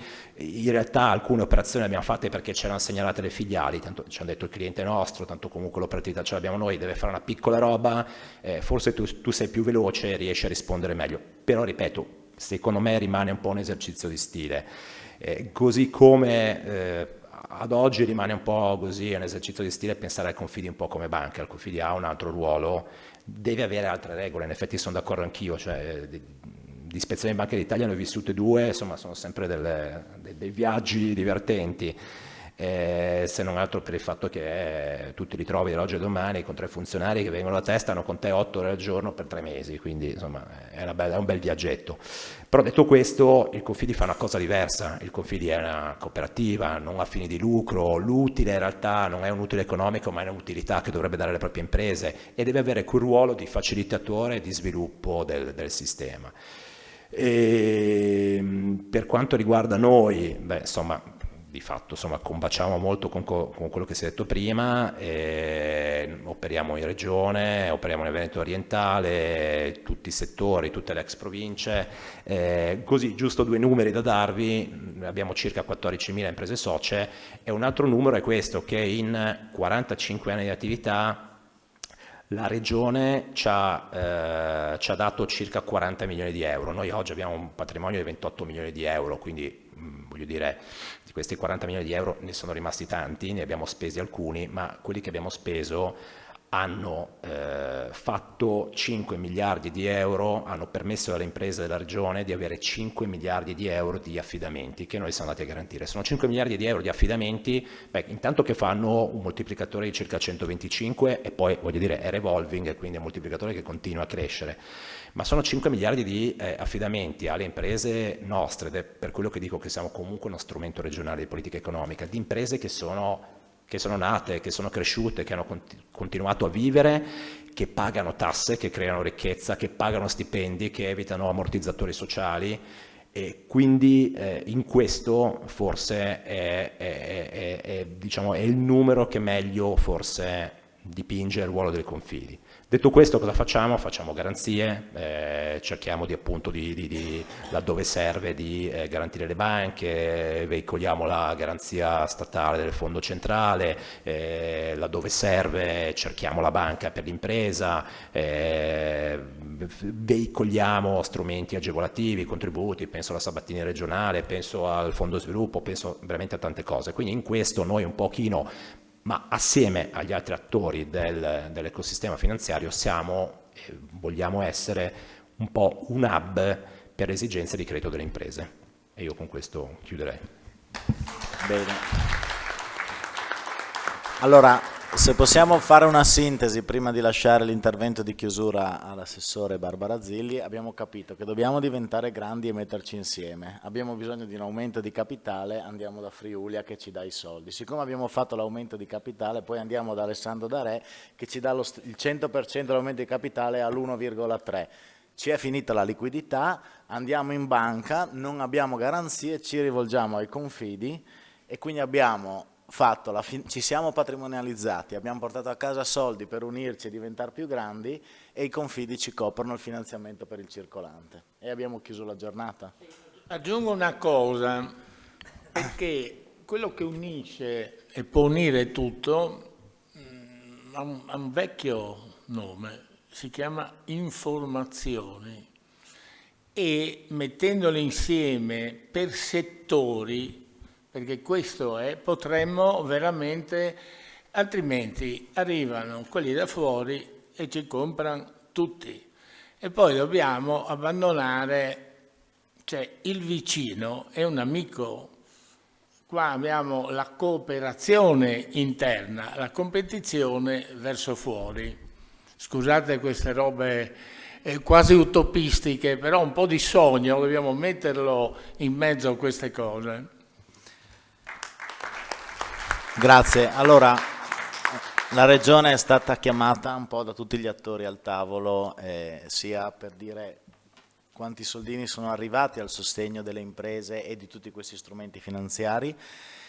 Anche il Confidi adesso ci ha detto quanto è importante il ruolo di sostegno della Regione. Chiederei a Barbara Zilli, ringraziandola per la presenza, se ci vuole fare un intervento di chiusura, ricordando quanto, sì certo, ricordando quanto poi nel bilancio regionale, che in qualche modo passa attraverso il tuo assessorato, riuscite a far sì che le imprese siano competitive e che gli strumenti finanziari poi messi a terra siano davvero attuali e al passo coi tempi. Grazie Barbara. Grazie a te Alberto, buongiorno a tutti, grazie professor Miani per aver voluto anche quest'anno un mio intervento a questa settimana importante che appunto tratteggia un po' lo stato dell'arte, ma soprattutto, come bene ha detto il Presidente Zamò, anche ha l'ambizione di provare a continuare a coltivare dei sogni, delle tecniche finanziarie nuove, delle occasioni di ulteriore sviluppo. Io saluto tutti voi portando il saluto dell'amministrazione regionale, del Presidente Fedriga in particolare, e sono molto contenta di non dover mostrarvi le slide perché penso che rischierei di farvi annoiare un po' in questo fine convegno, perché avevo immaginato di ragionare sulle partecipate regionali e in particolare di dare lustro a a questa neonata in-house che è FVG+, di cui qui vedo l'attuale tutore che è appunto Francesco Clarotti. Però preferisco evitare tutto questo, visto che gli argomenti che sono stati oggetto di questa odierna giornata sono stati molteplici, gli spunti di riflessione anche, e quindi lascio le slide per chi vorrà poi guardarsele in ufficio o in altre situazioni. Credo che la giornata odierna sia importante e ricca di spunti, come ho detto, e sia utile non per fare così complimenti autoreferenziali a tutti noi, ma per tracciare anche qualche numero, qualche grande numero, secondo la domanda che mi ha appena posto Alberto Camillotti. Io penso che, dovendo essere prudente in qualità di assessore alle finanze, direi che almeno 150 milioni li abbiamo messi durante questa annualità a vantaggio delle imprese e del sistema finanziario regionale, almeno, perché se non dovessi usare la prudenza che mi insegna il mio ragioniere generale, traguarderei una cifra quantomeno doppia. E lo dico con una consapevolezza, che è quella di aver compreso come in questo grande sistema di aiuti e di agevolazioni e di sistemi pubblici che possiamo iniettare nel mondo delle imprese privato, la Regione ha un ruolo fondamentale. Grazie a questa importantissima esperienza storica, non l'ha inventata Fedriga, Lazzilli o Bini, dei Confidi, ma grazie anche alla capacità continua di innovare con le professionalità interne al sistema e con quel rapporto stretto che c'è con le categorie in particolare e con le associazioni di categoria, per trovare sempre nuovi strumenti, non per agevolare e basta, ma per creare nuove linee di finanziamento utili a rendere sempre più competitivo il sistema. Ecco perché è nata FVG+, dalla dismissione di una partecipazione pesante che avevamo all'interno di Banca Mediocredito regionale.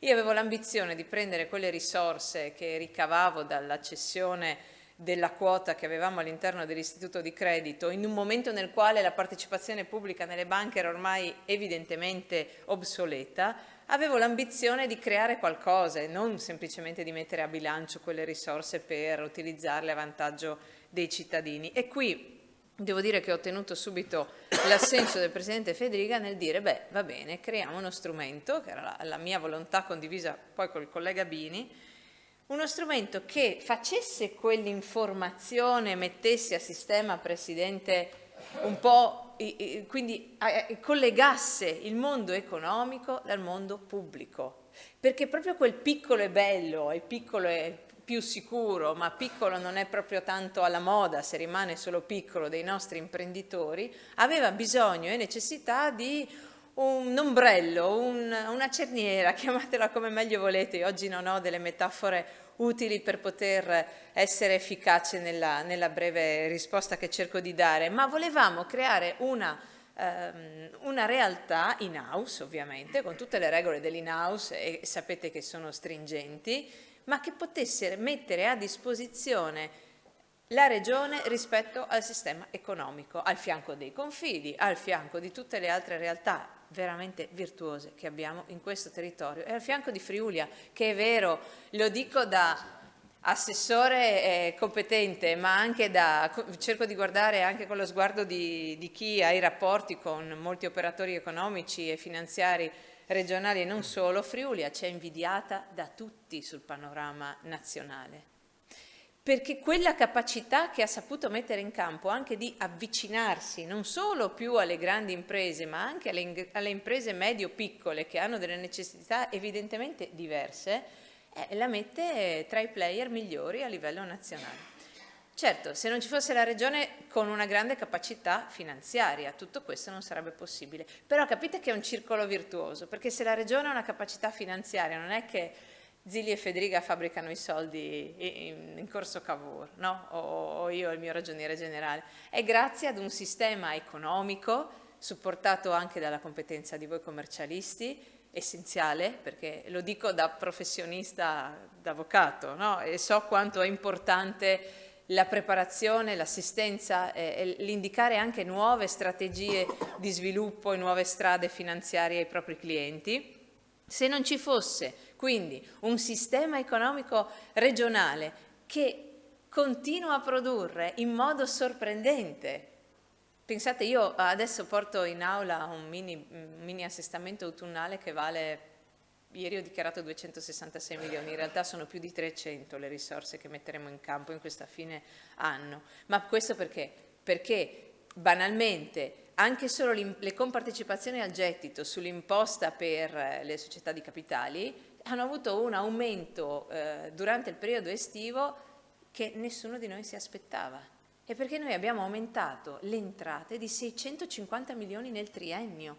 Questo perché dopo la crisi pandemica le nostre realtà regionali hanno continuato con tutte le difficoltà, con tutto quello che volete mettere in campo, ma soprattutto con la loro solidità, che in altri territori ci invidiano, a produrre, ad occupare persone, a realizzare PIL, e questo si rigenera in compartecipazioni al gettito dei tributi erariali, oltre che tributi propri, dove io cerco sempre di ridurre la fetta dei tributi propri perché voglio continuare a garantire agevolazioni per la parte finanziaria e tributaria che possiamo appunto mettere in campo con la nostra autonomia primaria. Ecco, queste compartecipazioni entrano nel bilancio, il bilancio della Regione è un bilancio ricchissimo, non ne abbiamo così nella storia della Regione per ammissione stessa delle opposizioni, quindi non mia, ma il compito, io credo, di chi amministra temporaneamente le finanze della Regione è quello di riversare queste risorse a vantaggio soprattutto di chi le ha create per continuare a creare quel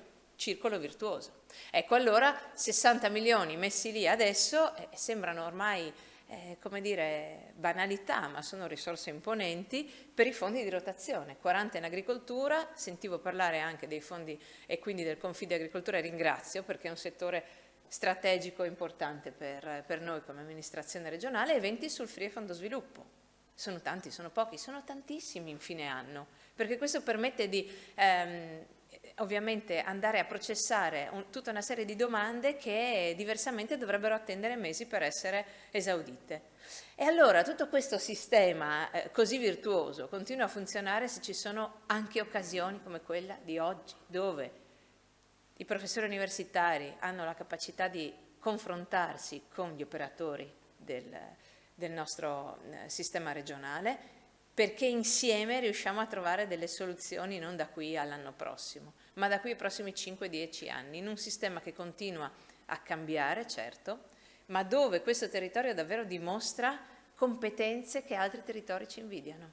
Dobbiamo dircelo ogni tanto, cioè tutta quell'umiltà che c'è nel nostro essere friulani, deve anche, e per cui continuiamo a lavorare, deve ogni tanto dire, beh, però siamo stati bravi, no, in questi anni e continuiamo ad esserlo. Ed è un esempio per i nostri giovani che rifuggono magari dalle partite IVA, è un esempio per i nostri giovani che sono sfiduciati e stanno a fare altro nella vita. Io so che ci sono molti giovani invece che guardano a noi come modelli, come a voi soprattutto, come esempi, e a loro dobbiamo dare le condizioni migliori affinché si possa dire che in questa regione si può ancora fare una libera professione, perché ci sono anche gli incentivi regionali per questo, si può ancora avviare un'attività perché ci sono tutte le condizioni anche in termini infrastrutturali per poter avere una competitività, e perché c'è un sistema solido che è quello dei confidi regionali che può aprirti la porta per trovare delle soluzioni.